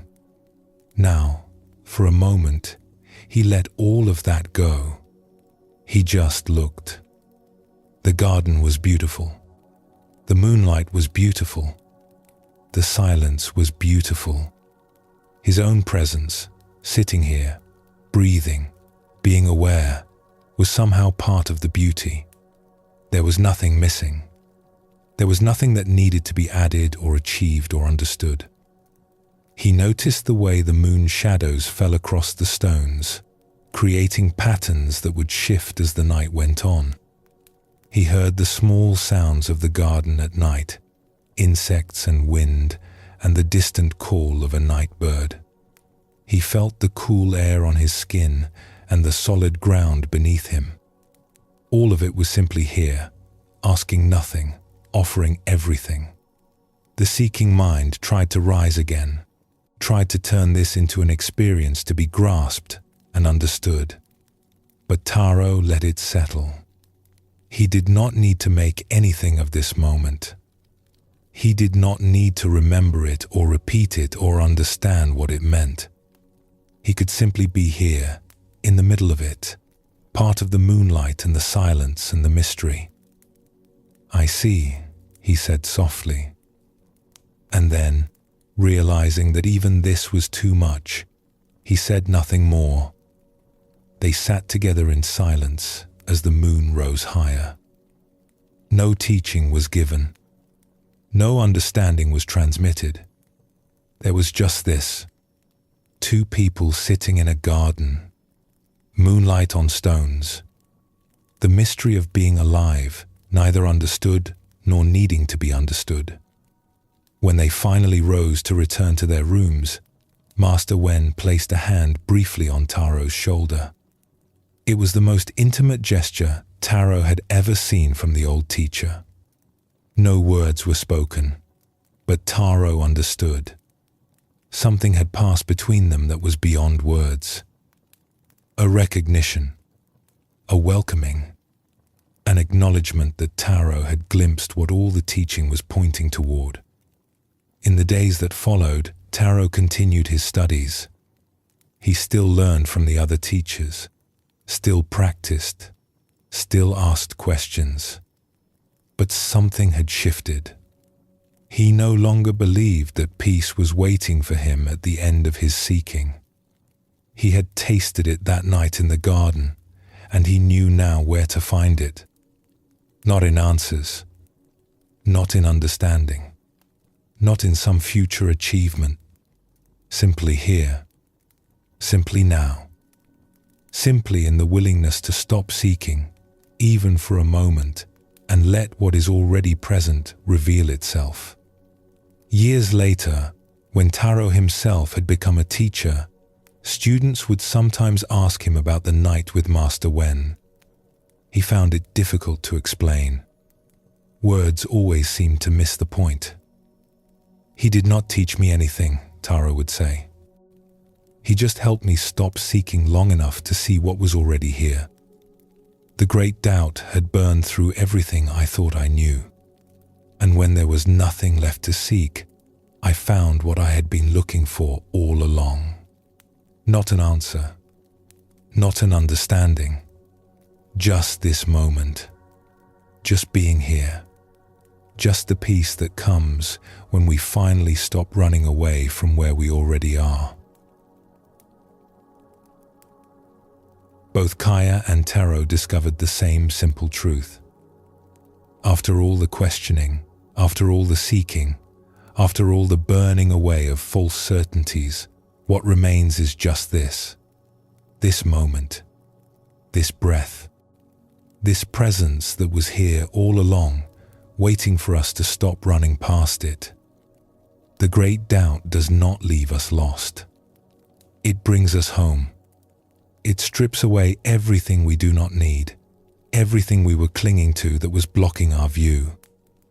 And when the stripping is done, we find ourselves exactly where we started, but seeing it for the first time. The ordinary world, the ordinary moment, the ordinary act of being alive, revealed as the extraordinary gift it always was. Throughout our journey tonight, we have met many travelers on this path. Jiro the scholar, who discovered wisdom by admitting he did not know. Yuki, who received an impossible question and found stillness in the gaps between her thoughts. Taro the farmer, who asked, "What is this?" until something opened. Hana the potter, who found her art alive again when she wondered. Master Wen, who set down his reputation and found freedom. Mira the guide, who learned to see when her maps failed. Sora, who found peace by accepting what could not be understood. Bowen, who learned to dance with life instead of controlling it.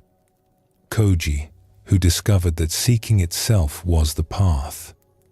Emi the gardener, who kept everything alive by keeping everything changing. Goro, who found infinite wonder in a single village. Master Shu and Haru, who learned that the edge of not knowing is where we come most alive. Each of these stories points to the same truth. The great doubt is not our enemy. It is a gift that burns away what we do not need and reveals what was always here. Not knowing is not a problem. It is a doorway into peace. Zen teaches that enlightenment is not somewhere else. It is here. It is not something special to achieve. It is the most ordinary thing in the world, which is simply being present, simply being aware, simply being at peace with what is. The great doubt clears the way for us to see this. It burns away our illusions of needing something more. And what remains is enough. It was always enough. We just could not see it before. As you rest here now, you do not need to resolve any questions. You do not need to understand anything. You do not need to achieve any state or reach any goal. The questions can rest beside you, quiet companions who have traveled far and now sit peacefully as night deepens.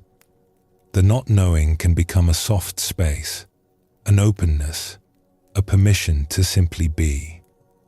This moment is complete. This breath is enough. You are already home. You have always been home. The great doubt has simply helped you see it. Let your eyes close gently now and feel the weight of your body settling. The questions can rest. The seeking can rest. There is nothing more you need to know tonight.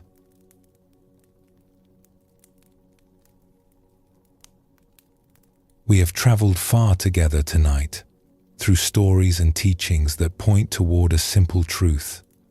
The great doubt is not something to fear. It is a gift that opens us to what is real. We have seen how certainty can become a cage, and how the courage to not know can set us free. We have discovered that some questions are not meant to be answered but carried with us as companions, keeping us humble and awake.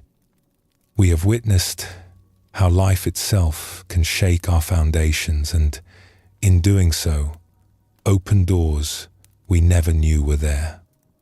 We have learned that the seeking itself is the path, and that wonder is not something we lose, but something we can recover. And finally, we have come to rest in the simple truth that peace does not require answers. It only requires presence. It only requires being here, fully, without needing this moment to be different than it is.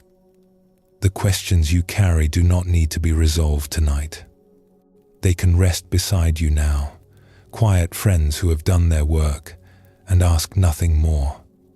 The not knowing that once felt like a burden can become a soft openness, a willingness to let life be mysterious, a doorway into the peace that was always here.